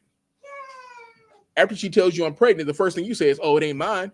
I know you've been giving that ass up to somebody else because of how quick you gave it to me. Right. That's what's going to be said. So then once he says that to you, he turns his head and he keeps going. You have the baby. He is the father. You have the baby, but guess what now? The father doesn't, the child no longer doesn't have a father, doesn't know who his dad is. Yeah. She knows, but now she's raising him without you. Yeah. What has that then done? It is just go ahead. Not only is he turning the daughter of Zion into a hoe, but guess what? He is then destroying the nation. Lack of rod control destroys the nation, because what you've then done is you left a woman to do what? To raise a boy to be a man, and she can't. You left a woman to raise a woman to be a woman, and she can't. You know why she can't? Because she doesn't have that two-parent household. She doesn't have the father or the man that's there to give that structure, because you dipped. Now, mind you, there are situations where the woman makes the man leave, of course. But in this instance, what we're talking about here is the fact that he had no rod control and didn't want to handle his responsibility. You have now affected the entire nation, because now you don't want to be the father. You didn't have any rod control. You just slept with it. Go ahead, Warren. Right, and with that, all right, like you said, she has a little boy. That boy, since it's got to be around the mother, it's got to be around the aunts and grandmas and all that, he might grow up and be real feminine. And he got a wild man. He ain't got to want to have married, have kids. See, they even got to continue and let you down another woman. Correct. Now, think about what you just said. Everything that you're saying is going to lead back to what I'm talking about, how lack of rod control can destroy a nation. Because now you have a woman who's raising this boy. This boy takes on feminine traits. She's raising him. All he's around is around her. And let's just say, Lord forbid, but let's just say this boy ends up becoming a part of the LGBTQ community because his father wasn't there to raise him up. Guess what you've just done? The nation is now suffering because guess what it says? There should be no whores of the daughters of Zion and no sodomite of the sons of Israel. There should be no sodomites. Come. So what you're then doing, once again, is breaking down the nation. Right. All because you had no rod control. You're starting to understand the importance of being able to have control over your rod. You have to understand it because everyone in here, and when I say everyone, I'm saying that loosely, has a baby mama. Everyone has slept with a woman and dipped on her. These things have happened. But we are now hearing this truth. But guess what? For those of you who've done it, you are experiencing the aftermath of what happens when you dealt with the woman and you rode out. Now, some of you may have stayed and the woman was just a dragon. Yeah. Once again, it's still affecting the body. Yeah, that's come on, sir. Yahweh Shai for this truth and commanding during YAHANNA for breaking this truth down to us so we can understand what it is to have this discipline to move this way. Because this class is all about discipline. When I say that the rod control, if you have rod control, you're going to have discipline over many things in your life. It's not just about, okay, I don't eat pork. Because guess what? It takes discipline to not eat pork. Once you heard the fact that pork was a foul creature and that we're not supposed to eat it, pork, shrimp, crab, and lobster. Once you heard that crab and lobster was like a roach, you're like, I'm not going to eat that. Once you heard that the pig was a foul and detest creature, you're like, I'm not going to eat that. And you were able to say, you know what, I'm done with it. Right. You have the discipline to not do it. But guess what we don't have the discipline to do? Keep that rod put up. It's the same thing. You don't want to eat the pork. Look at that box like it's pork. Now that sounds crazy. That sounds crazy. But if you need to have the discipline, look at the box like it's pork, shrimp, crab, and lobster. I'm not supposed to have none of that. But you know what? I'm not going to say look at it like that because you can have the box, but you have to be disciplined. You have to be disciplined. It doesn't make you a weak man if you have to have sex with her. It doesn't make you weak. What it does is it says, okay, well, you're burning in your lust to go and get what? The scripture says to go and get a wife when you're burning in your lust. But when you go and get a wife, that's not saying go meet whomever tomorrow and sleep with her tomorrow. That's not what it's saying. And I'm going to use myself as an example to show you the power of the Most High. Before coming into this truth, I was running the streets. I had a business where I was a promoter. And in that business, of course, unfortunately, I slept with a lot of different women. But the women that I was sleeping with, even worse, were strange women, meaning they were all heathen women. Mind you, once I realized what was going on in my life, I had a moment where I started thinking to myself, you know what, I don't want to continue to just sleep with women that I don't even know who they are. I don't even know their name. So I got called out on social media because of the type of parties that I was promoting. But at the same time, I was trying to say, hey, don't act like this. I was having this internal battle within myself. So I chose to step away from the life that I was living. And I said, you know what? I'm not going to sleep with another woman until I'm married. Understand, I didn't know the truth. So I said, I'm not going to sleep with another woman until I'm married. What I did then was decided, okay, I'm going to try to go back to church. Understanding this, I went through this whole phase, and I'm going to say that was like, it's been at least, that was 8 years ago. It's 10 years now. I've been in the truth for a little over, right at 4 years. I haven't had sex in 10 years. Understand what I'm telling you. It's been 10 years since I've laid with a woman. I've been in the truth now for 4 years. That right there takes discipline to do. And that's not me boasting in myself. That's me boasting in the Most High. Because what happened was when I stopped sleeping with those strange women, my mind was able to do what? Open up. I was able to have discipline and say, you know what? Let me search for the truth. Let me figure out what it is that I'm doing wrong. And what it did was I ended up finding my way here in the I.S.U.P.K. Once I got into the I.S.U.P.K, I then learned that not only was I wrong for sleeping with strange women, the heathen women, but I also found out that sex was marriage. So it was no longer for me saying, I'm going to wait to have sex to be married. I found out that sex was marriage. So once I learned this truth, even more so, I understood what I was supposed to do as far as the discipline of choosing a wife. Because that's what I was doing then. I was like, you know what? I'm gonna wait until I'm married before I have sex again. That was as a Christian. Now I'm in the truth. I'm gonna wait before I have sex, period, to do anything. I'm gonna make sure that before I find this wife, I'm working on me, but I'm also gonna take time with the women that I'm choosing. Mm-hmm. You have something to say? I was just gonna say, like, you know, outside of Israel, they like to think we like got multiple wives and stuff, which is true. But like when I was in this world, I had women too, man. But then like being in the truth, man, you're way more disciplined because I just been with my one real man for years now since I did the truth. It's like because I know what I can and can't do now. But you know what I mean? I know it, but thanks to the Most High, you know, the truth is better, man, because you got a whole lot of freedom, man. It's just like you say, you know how to think now, man. So, right. But that's all I was saying. Like they think we just sleep with all kind of women and stuff. We more disciplined up in the truth than in the world, man. Like, that's right. Better man than him. Damn right. Damn right. Get that brother in hand. Damn right about that.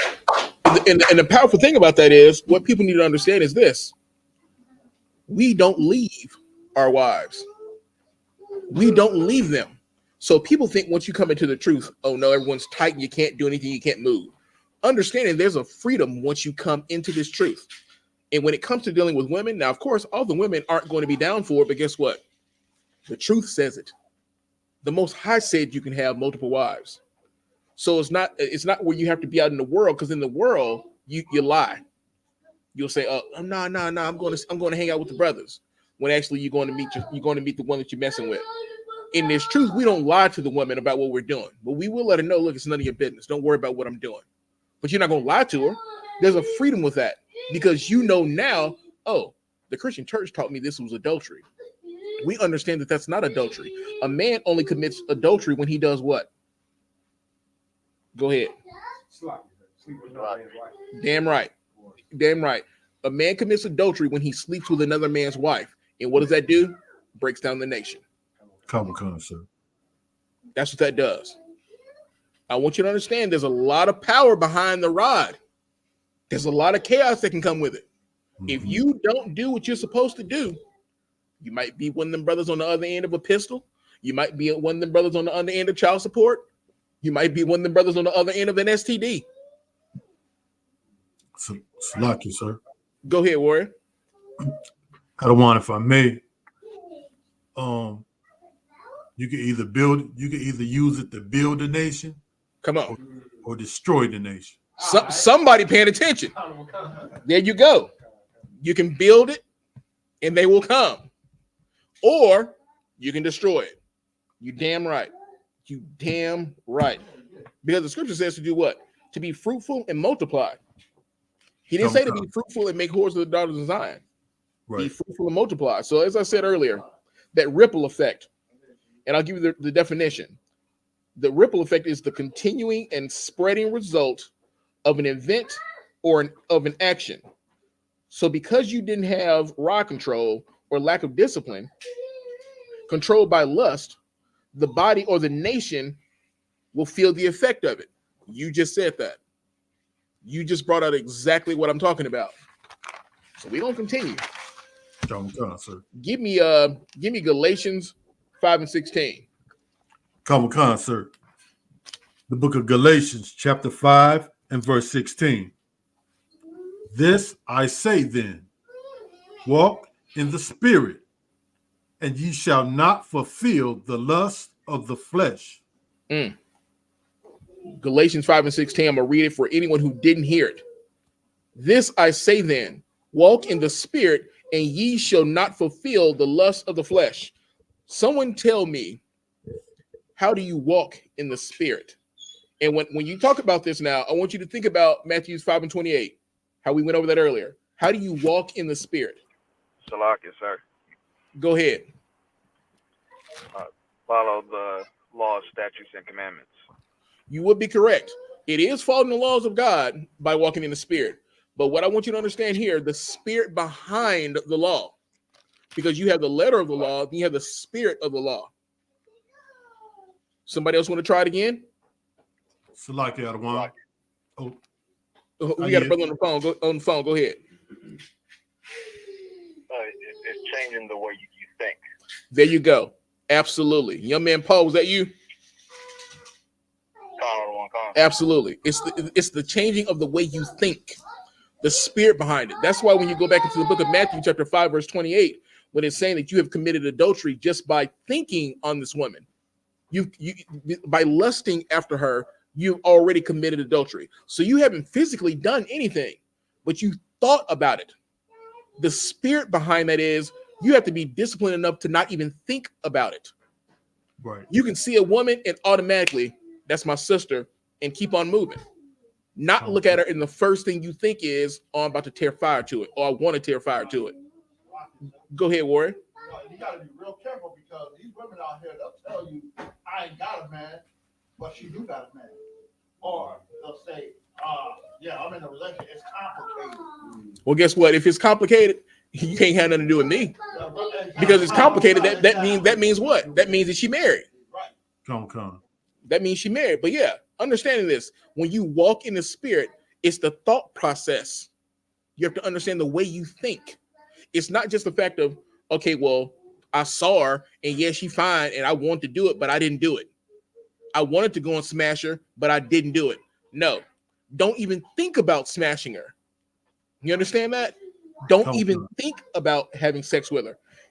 And you're going to understand why I say to not think about it. You're going to understand why I say that part of it, because there's a spiritual strength and understanding behind that when you don't think about doing it. Because when you think about it, it's going to lead to you doing it. And scripture is going to back that up. So when we go back into, just to give you some clarity, when we go back into Matthew 5:28, it says, don't even look upon her like that. You're going to be doing what? Somebody brought it out in Exodus. Your man Paul, you brought it out. It's talking about being covetous. When you're coveting after another man's woman, you're not supposed to do that. Go ahead. Can we use the story of Suzanne as a perfect example? Busted after a woman. Go ahead, break it down. When they had, when they kept going watching her, Mm-hmm. and they kept watching, and in their mind, like, we can have her, and they acted on their actions. Of course, She was screaming out. Both of them was going against her to try to make out she was lying, but she wasn't lying. Right, and the point that you're making is they were watching her because what? They were lusting after her. That's what they were doing. They were wrong. They were looking at her and they were thinking about what they were going to do with her. Right. Every day they would go out there, watch her. Right. Watch her, do whatever. Right. And then what did it do? It ended up leading to them lying. It ended up leading to sin. That's what it led to. And I'm going to get to that. I'm going to get to how your lust, your lack of discipline leads to you sinning. Once it leads to you sinning, it leads to what? Death. You're going to find out. We're going to go to, give me Galatians. We're going to go to Galatians 5, and we're probably going to go from 5 to 17 to 21. Come on, sir. The book of Galatians, chapter 5 and verse 17. For the flesh lusteth against the spirit. Hold on, stop it. Say that again. For the flesh does what? Come on, sir. For the flesh lusteth against the spirit. Continue. And the spirit against the flesh. Uh-huh. And these are contrary the one to the other. Uh-huh. So that ye cannot do the things that ye would. Stop right there. That's a heavy verse. For the flesh lusteth against the spirit, and the spirit against the flesh. So when we understanding that your flesh wants to go and do it. You see this woman, and you're like, yeah, I want to go smash her. In your mind, you're thinking that you want to go smash her and you committed adultery. But the spirit says, don't even think about wanting to do it. Because when you think about doing it, then what? Your flesh will then react. Your flesh will then act upon what you want to do. Then you've done what? You've then committed sin. Right. Go ahead and read to the next verse. Come on, sir. But if ye be led of the spirit, you are not under the law. Stop right there. But if you be led of the spirit, you're not under the law. Now, the law applies to those who don't follow the law. I'll say it again. The law applies to those. It applies to all of us, but you are under the law if you aren't following the law. So if you are under the law, that means that you are under the penalty of the punishment, under the penalty of death.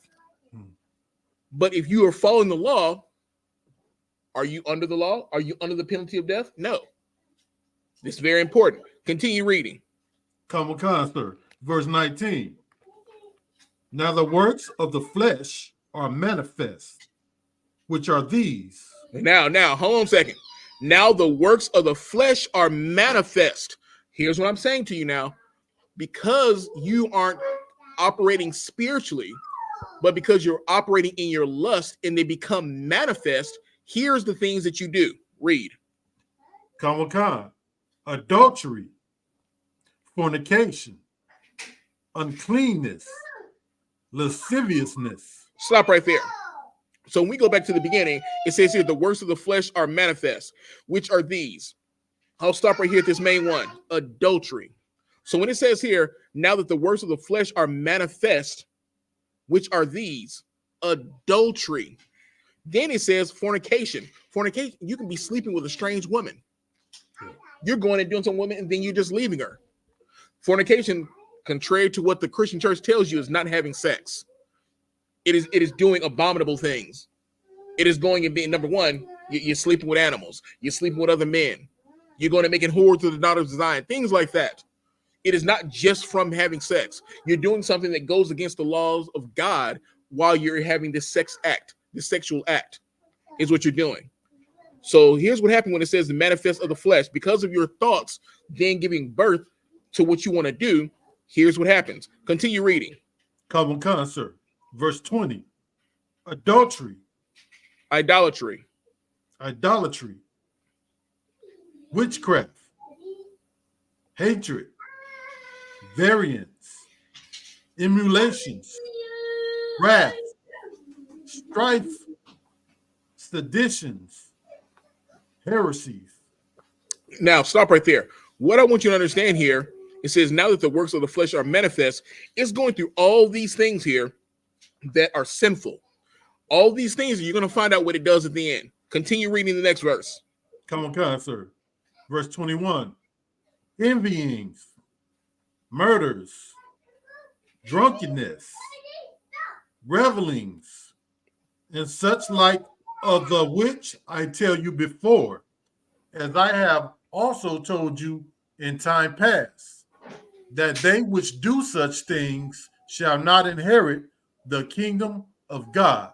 Now, right there, they that which do such things shall not inherit the kingdom of God.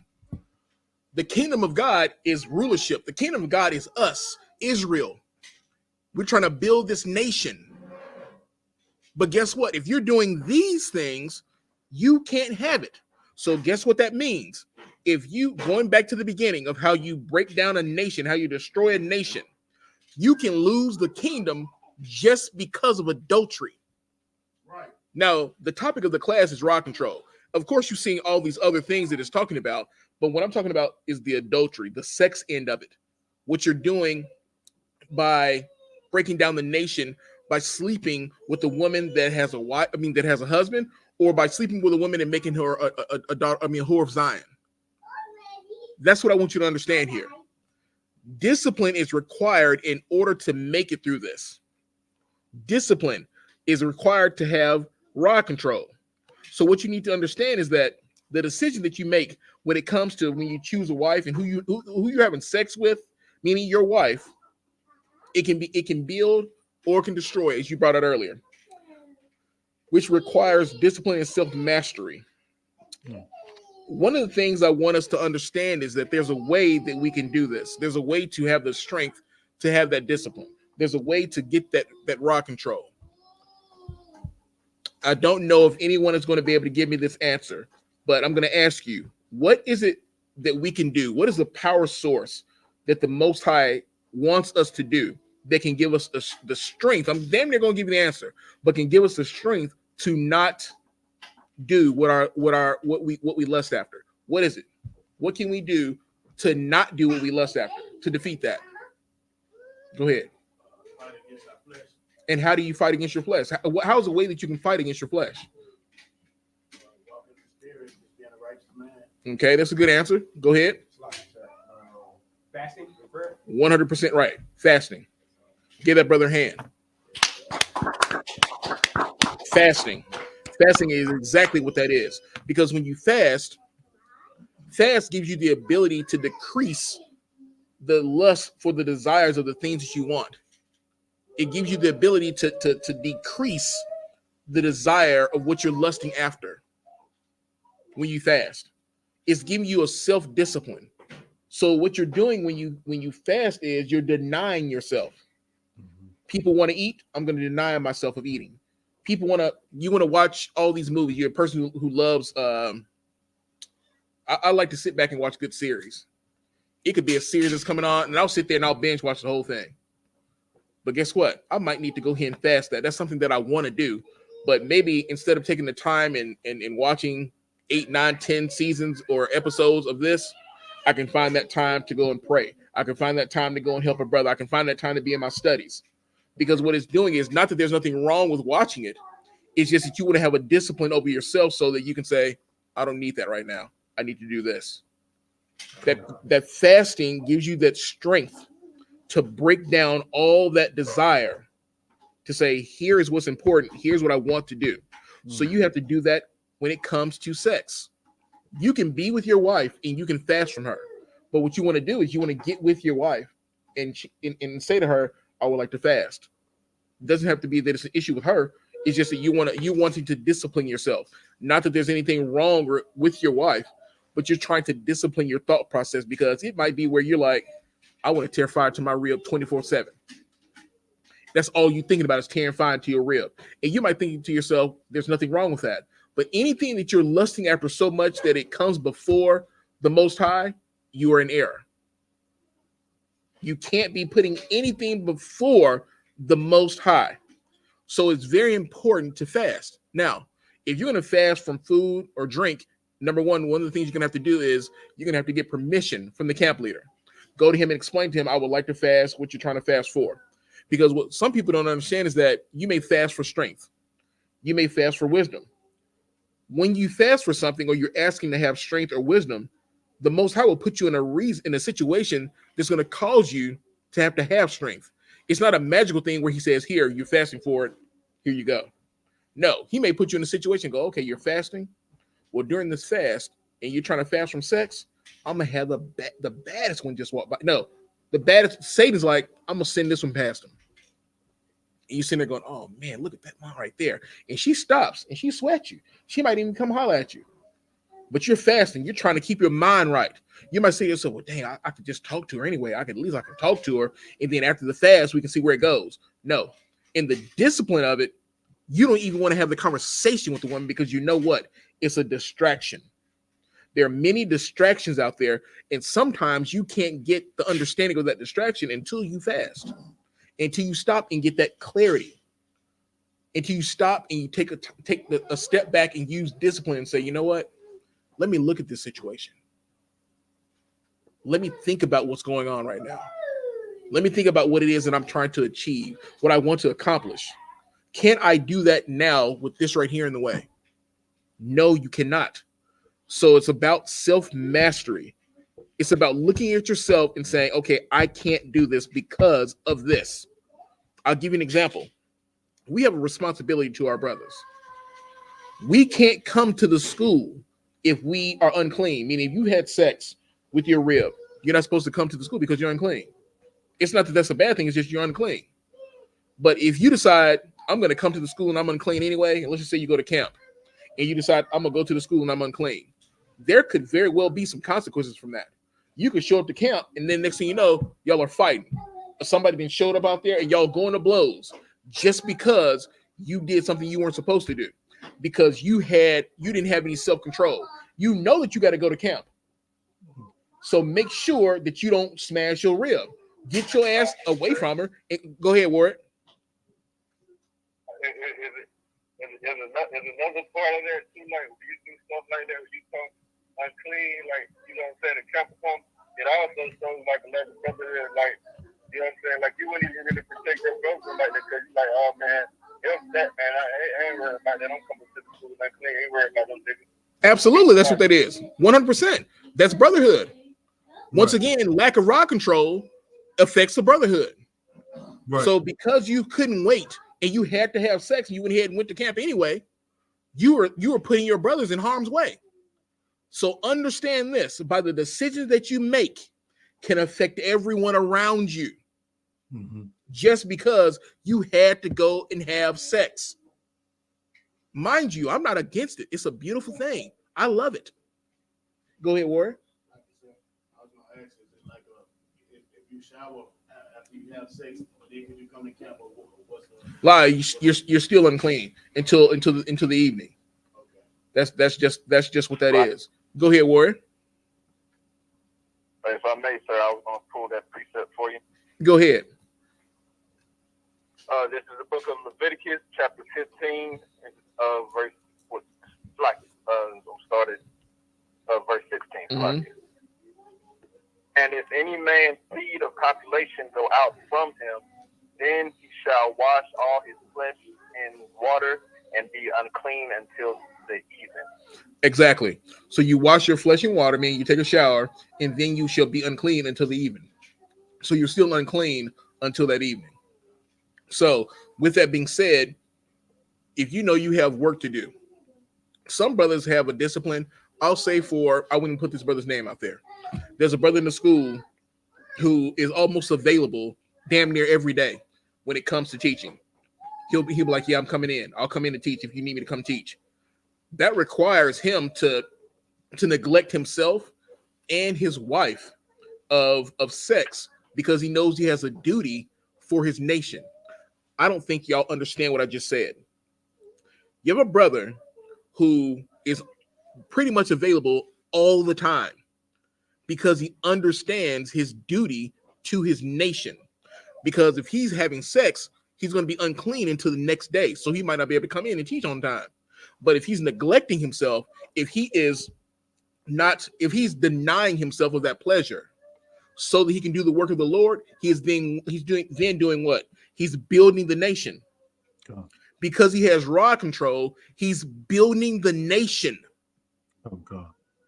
You're going to understand what I'm saying eventually. It is very important to understand the strength that comes with controlling your rod. Weak men can't control their rod, but soldiers can do what? Control their rod. Soldiers can. Warriors can. You got some warrior? Salaki, sir. Go ahead. If I may, I was just gonna say, and that itself is an act of selflessness. There you go. That is an act of selflessness. Absolutely. An act of selflessness. Because your brother, because your nation means so much to you. That's power. That's strength. That's the stuff that princes are made of right there. That's what that is. I'll take a little bit more. Yeah. Come. It's like it's Go ahead, Warren. come well, we also look at it too, like, you know how we, even when it comes to like women, we always say, you know what I'm saying, like, you got to first get that women to realize that we still in slavery. And the reason why I'm saying that too, because sometimes we with brothers, we have to realize that we still in slavery too. And the reason why I'm saying that, because if we look at like how we living right now, we were still in slavery, we'll look at it like we still on the plantation. And then you were still on the plantation, you ain't really just gonna be, man, I'm just chilling today, I'm just gonna have sex. You're gonna be trying to always work hard at getting out of there. You know what I'm saying? Not saying that you just not gonna have sex, but you get what I'm saying? Absolutely. You're correct. You are correct. Like I said, it's work. We understand what it is that we have to do for our nation. We understand what we're trying to do for ourselves to build the nation. So it's a discipline. It is a discipline. You got some more? Okay. Let me see. Halak, you have those articles, correct? Come, sir. Now, what I want y'all to understand here, we're going to go through a couple of articles before I really get into the meat of what I want you to understand here. In these articles that we're going to go through, you're going to show how lust led men to do things that they shouldn't have done, and then you're going to see the end result. You're going to see how destroyed our people are when they're led by their lust. There's an article, Halak, where it says man murdered woman. The first one I sent you, man murdered woman after she said, after he found out she was transgender. Read that one. Come, sir. The title: man allegedly murdered woman after she told him she was transgender. And Salakia, for the sake of YouTube, Facebook, and all the other regulations, unalived. Not murdered, but unalived. Salakia. Go ahead, Warren. Come, sir. Orlando Perez, 18, was so upset. And right there, stop right there. Orlando Perez, this right here is an Israelite brother, if I'm not mistaken. Go ahead. Come, sir. He told detectives after killing Selena Reese Hernandez, he returned to her home a second time to shoot her again, prosecutor said. Okay. Go ahead. Come, sir. An 18-year-old high school student was allegedly so upset after finding out a woman he went home with was a transgender that he killed her. Even after firing his gun twice at Selena Reyes Hernandez, Orlando Perez confessed to detectives that he went back to Reyes Hernandez's Marquette Park residence a second time so he could shoot her lifeless body again. Now think about this. This brother went to the house, had sex with, they'll say she in the article, but it was a man because they were transgender.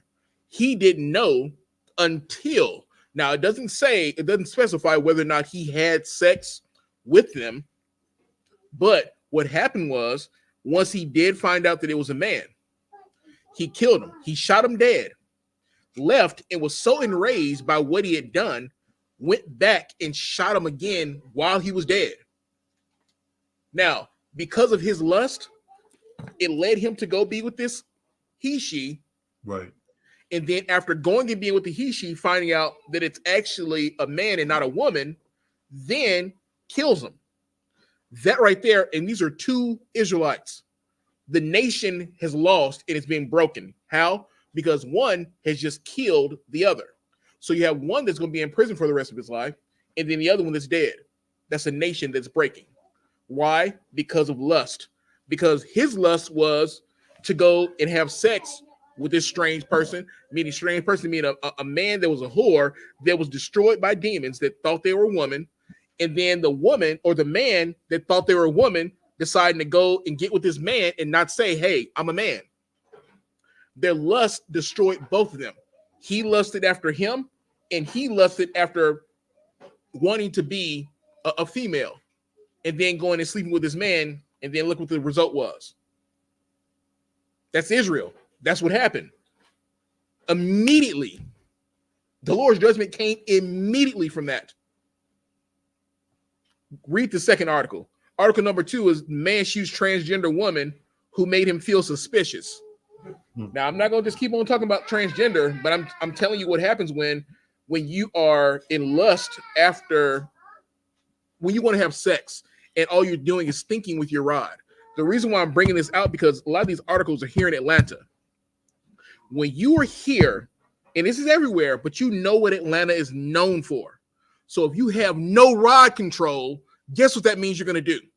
You're going to be out there looking for a woman. But out here in Atlanta, if you aren't on your shit, paying attention to what you're dealing with and what you're looking at, you might be dealing with a man that's dressed as a woman.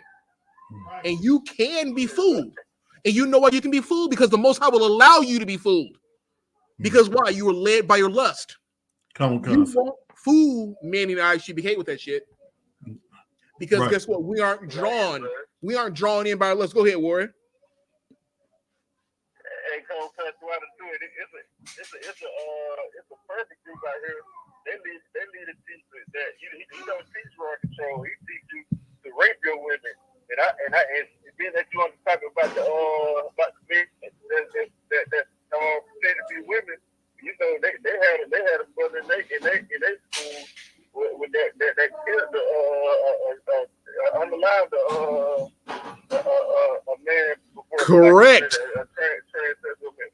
Correct. The purple group had someone who murdered a transsexual. Why? Because they didn't have rod control. That's why you know the I.S.U.P.K is the home of the truth. Let's give a hand to Commanding General YAHANNA.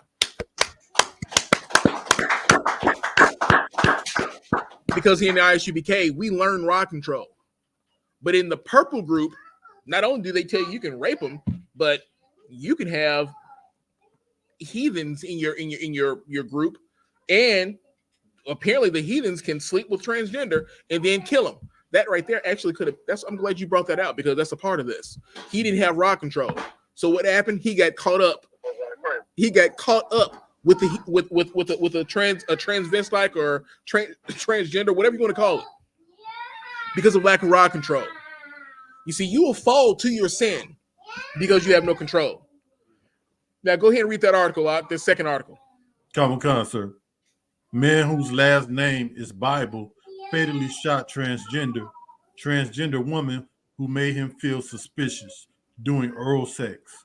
Now, what happened here is the man was made to feel suspicious during oral sex. Now, Salakia, in case I can't say that, it's already been said, but for those of you who don't understand, a mouth technician or a mouth mechanic or a throat technician, that's what we're going to talk about, a mouth mechanic or a throat technician, if you understand. So what was happening is, while this brother was getting service by this mouth mechanic, he started to feel suspicious. And I know I've seen where it said, doesn't that feel suspicious? Doesn't that seem suspicious?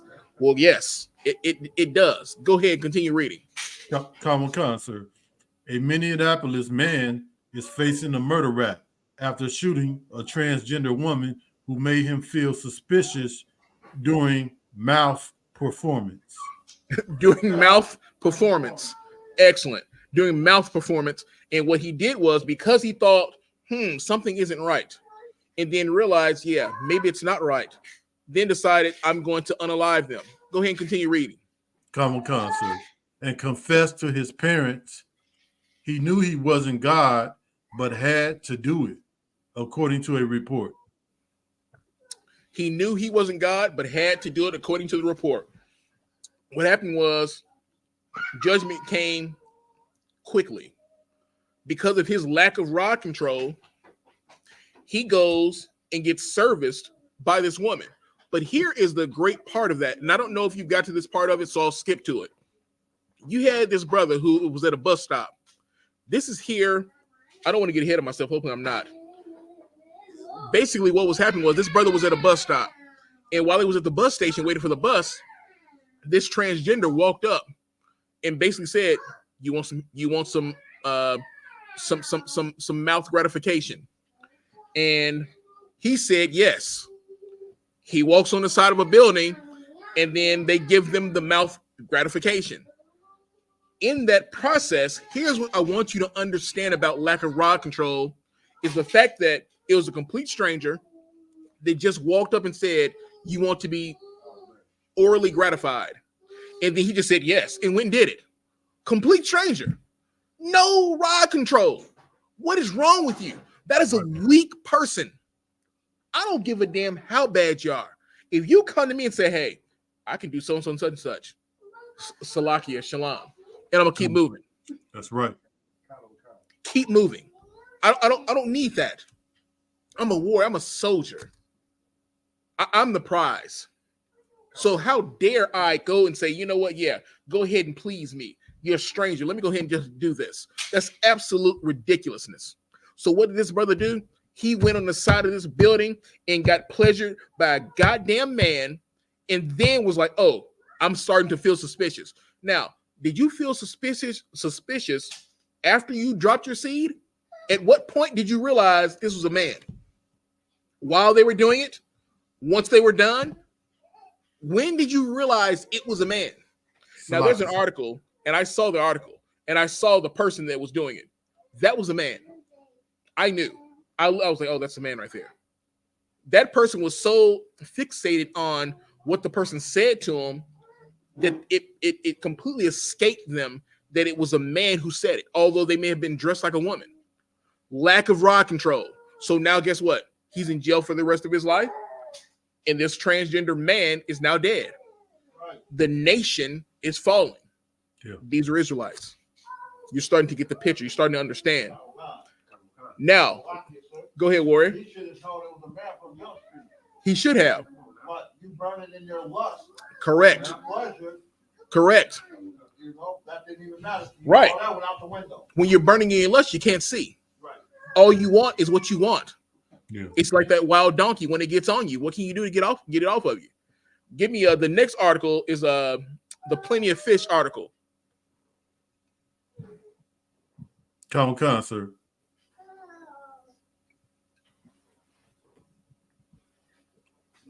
Woman uses online dating site to lure man to armed robbery setup.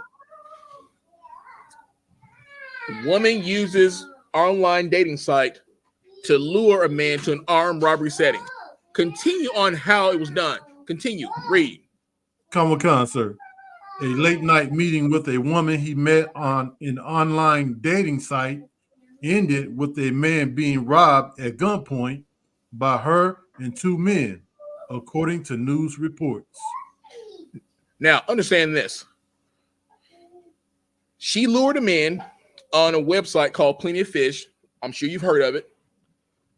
He went to go meet her, and when he went to go meet her, she had him set up to be robbed. He didn't have rod control. You're going to hear me say it over and over in the class. If he had rod control, if he had discipline, he would have still been at home. He would have still had the things that he was robbed of. He wouldn't have left and said, oh, I'm about to go meet this broad and get me some. But instead, he meant the end of a barrel. His life could have been taken. But because he had no discipline, because he had no rod control, now look at what has happened. His life could have been taken, but it wasn't. But you do have other people who are now in jail for what they did. They were also Israelites. I'm speaking about Israel tonight. I don't give a damn what your oppressor does. Your oppressor is going to do these things. I'm talking about you, Israel, Blacks, Hispanics, and Native Indians. It is our job to not do these things that our oppressor does. It is our job to come into this truth and follow these laws, statutes, and commandments and understand that there's a consequence for the things that you do. Understand there's a consequence for not having the ability to control yourself. Go ahead, Warren.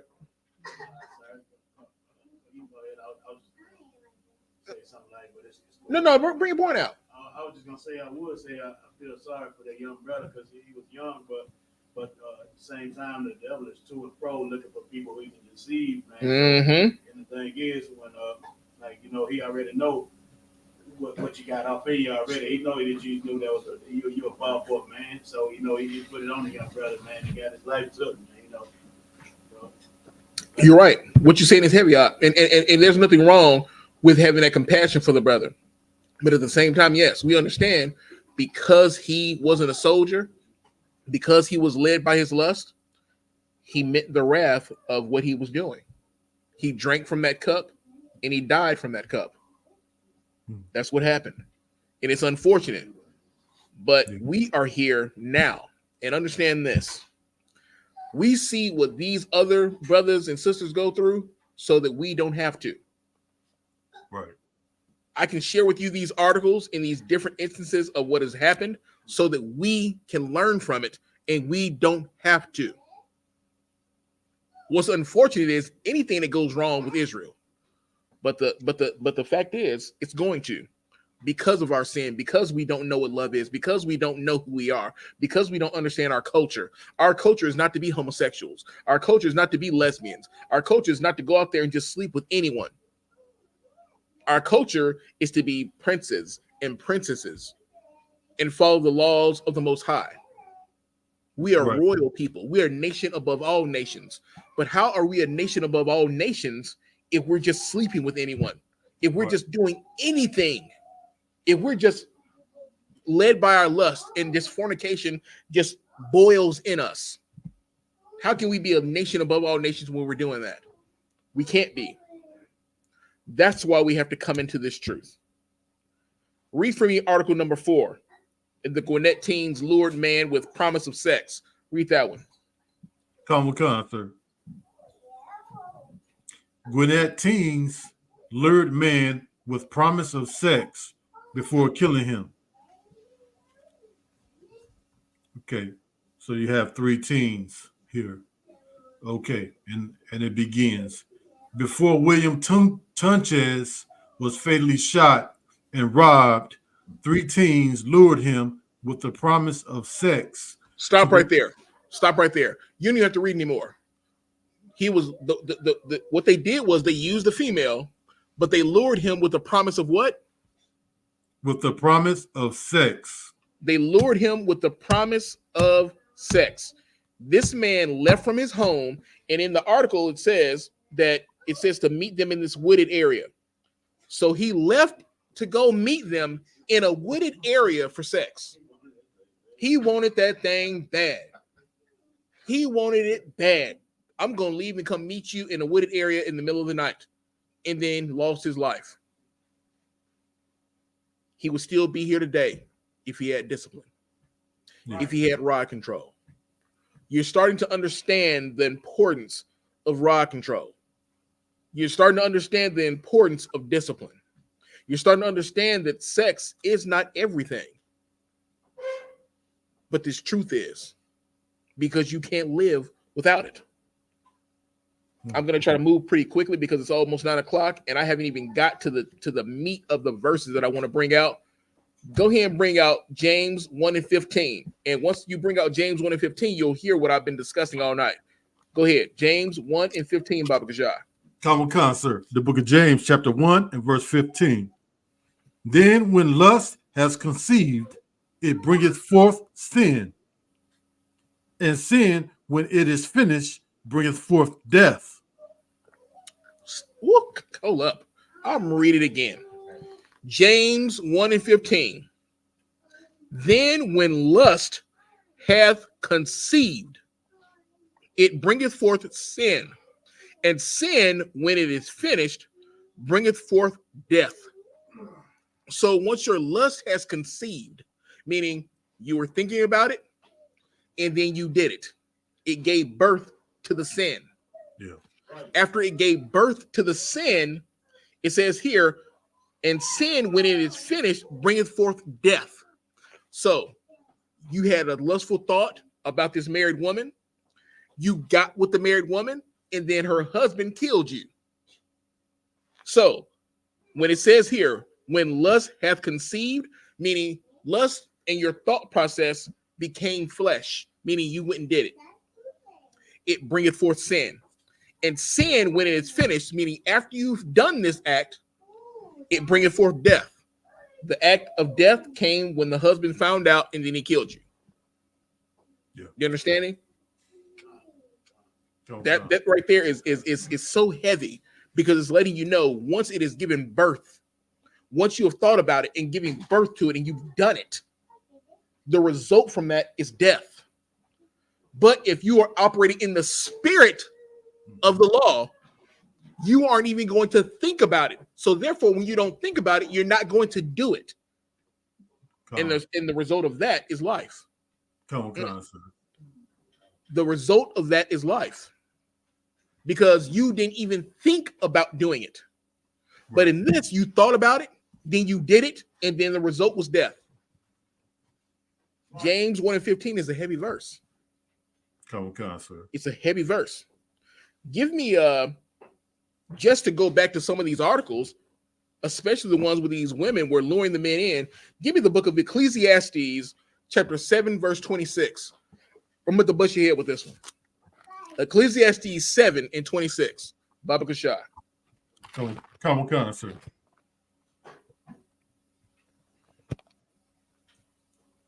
The book of Ecclesiastes, chapter 7 and verse 26. And I find more bitter than death the woman whose Stop heart... right there. Stop right there. And I find more bitter than death the woman. I'm going to say it again. And I find more bitter than death the woman. Continue. Come on. The woman whose heart is snares and nets. Now, a snare and a net, what is that? What is that? What do you use a snare and a net for? It's a lucky out of one. It's a trap. You got to say a trap? Come on, sir. Absolutely. Go ahead. Continue reading. Come on. And her hands as hands who Salakia, and her hands as bands. Now, and her hands as bands, that means they have you locked up. So her mind it's like snares and traps. And when she's trapped you, she's got you locked up. Her hands it's as bands, got you locked up. Continue reading. Now, and now when you read this, I want you to read it loud. Come on, sir. Whoso pleaseth the Most High shall escape from her, but the sinner shall be taken by her. Now, I'm going to read it again. The book of Ecclesiastes, chapter 7, verse 26. And I find more bitter than death the woman whose heart is snares and nets, and her hands is bands. Whoso pleaseth God shall escape from her. So if you please God, you will escape from her. How do you please God? By having the discipline to follow the law. But the sinner shall be taken by her. So if you aren't following the laws of God, you're going to be taken by her. So guess what? These men who left to go sleep with strange women meaning whores, guess what happened? You were taken by her. You understand that? You were taken by her because you didn't please God. The Most High allowed you to be taken because you did not please God. You weren't following the law. So it's right there in the scripture. Whoso pleaseth God shall escape from her. I've escaped from her. I'm in the truth. These women cannot F with me. I'm going to see you coming from a mile away because my first wife is going to be like, nah, My first wife is this truth. My first wife is going to stop and go, nope, that right there. No, that's not it, Kasiad. That's not it. My first wife is going to give me the warning. Right. Woo. Y'all probably didn't understand that. My first wife is going to give me the warning and let me know that the one that I'm seeing ain't it. Go ahead, Warrior. Yeah. Come on now. Come on. My first wife is giving me the warning that that right there is not my wife. Right. I don't think you understand. Whew, I like that. Go ahead. I was just starting to come to classes and understand what it means to what's a heathen and what's not, what is our nation, what's not. And, you know, I was meeting somebody because I went to my friend. He graduated in the winter. He hustled. I'm there. And, you know, a girl there who knew her, She was not of our nation. Now, I didn't know, right? Because a lot of people from other nations, sometimes they look like they're black like us, but they're black like something else. This is true. But before, and like you said, with patience, not overdoing anything, not being explicitly, and then finding out without doing anything and without putting that out in the air that this was not somebody from my nation, and having the discipline to like not even interact past that ever again. You know what, brother? Give that brother a hand right there. You're damn right, Doc. You're damn right. You took your time because indeed, all skin folk ain't kinfolk. They can look like you, but they ain't you. You took your time to ask the questions. You took your time to find out. And guess what? Even if you didn't say, hey, who's your daddy? You might not have said that, but because you had the discipline to take your time, the Most High set up a situation for you to find out, oh, she looks like us, but she's not us, because you weren't led by your rod. Most High in Christ, warrior. Keep doing what you're doing. Keep doing just that. Absolutely. Absolutely.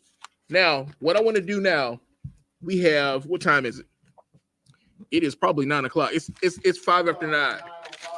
I'm not the general, and the generals are the ones who go over the classes as long as they want.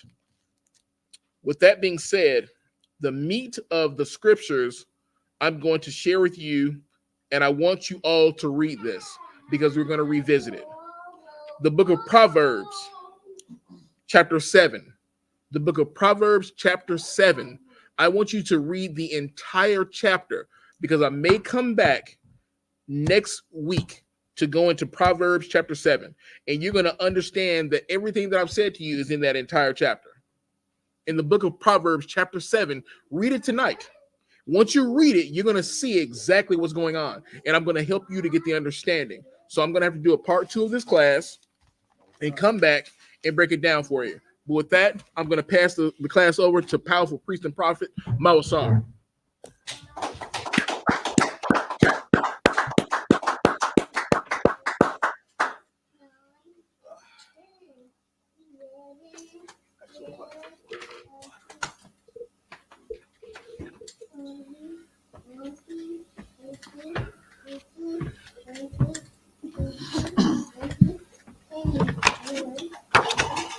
I.S.U.P.K. security announcements.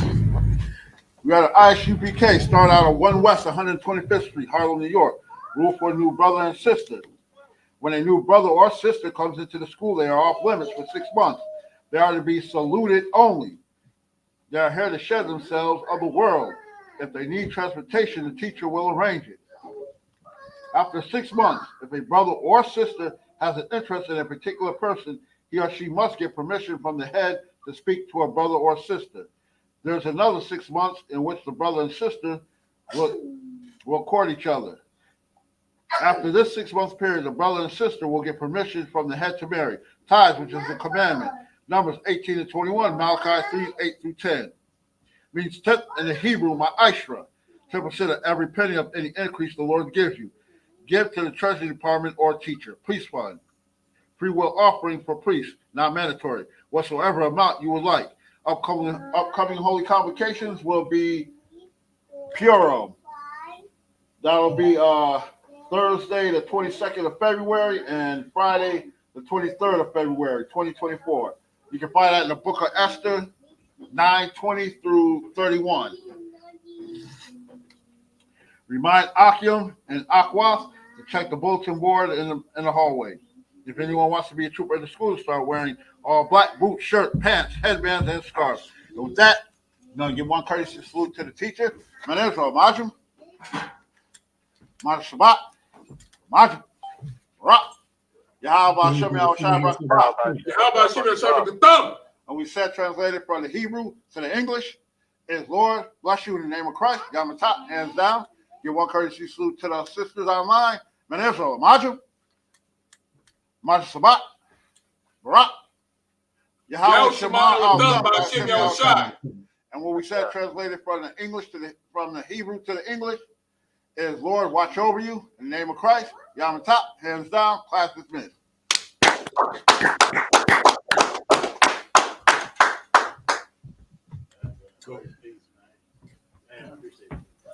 Oh, as well.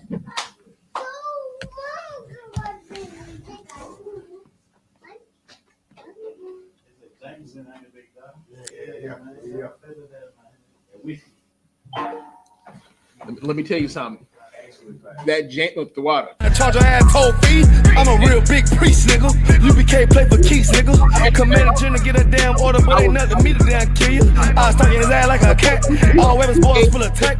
Ball like a close combat. Nigga got popped off for a neck. If that nigga won't walk, bitch, we ready. It ain't hard to find us. Hawkeye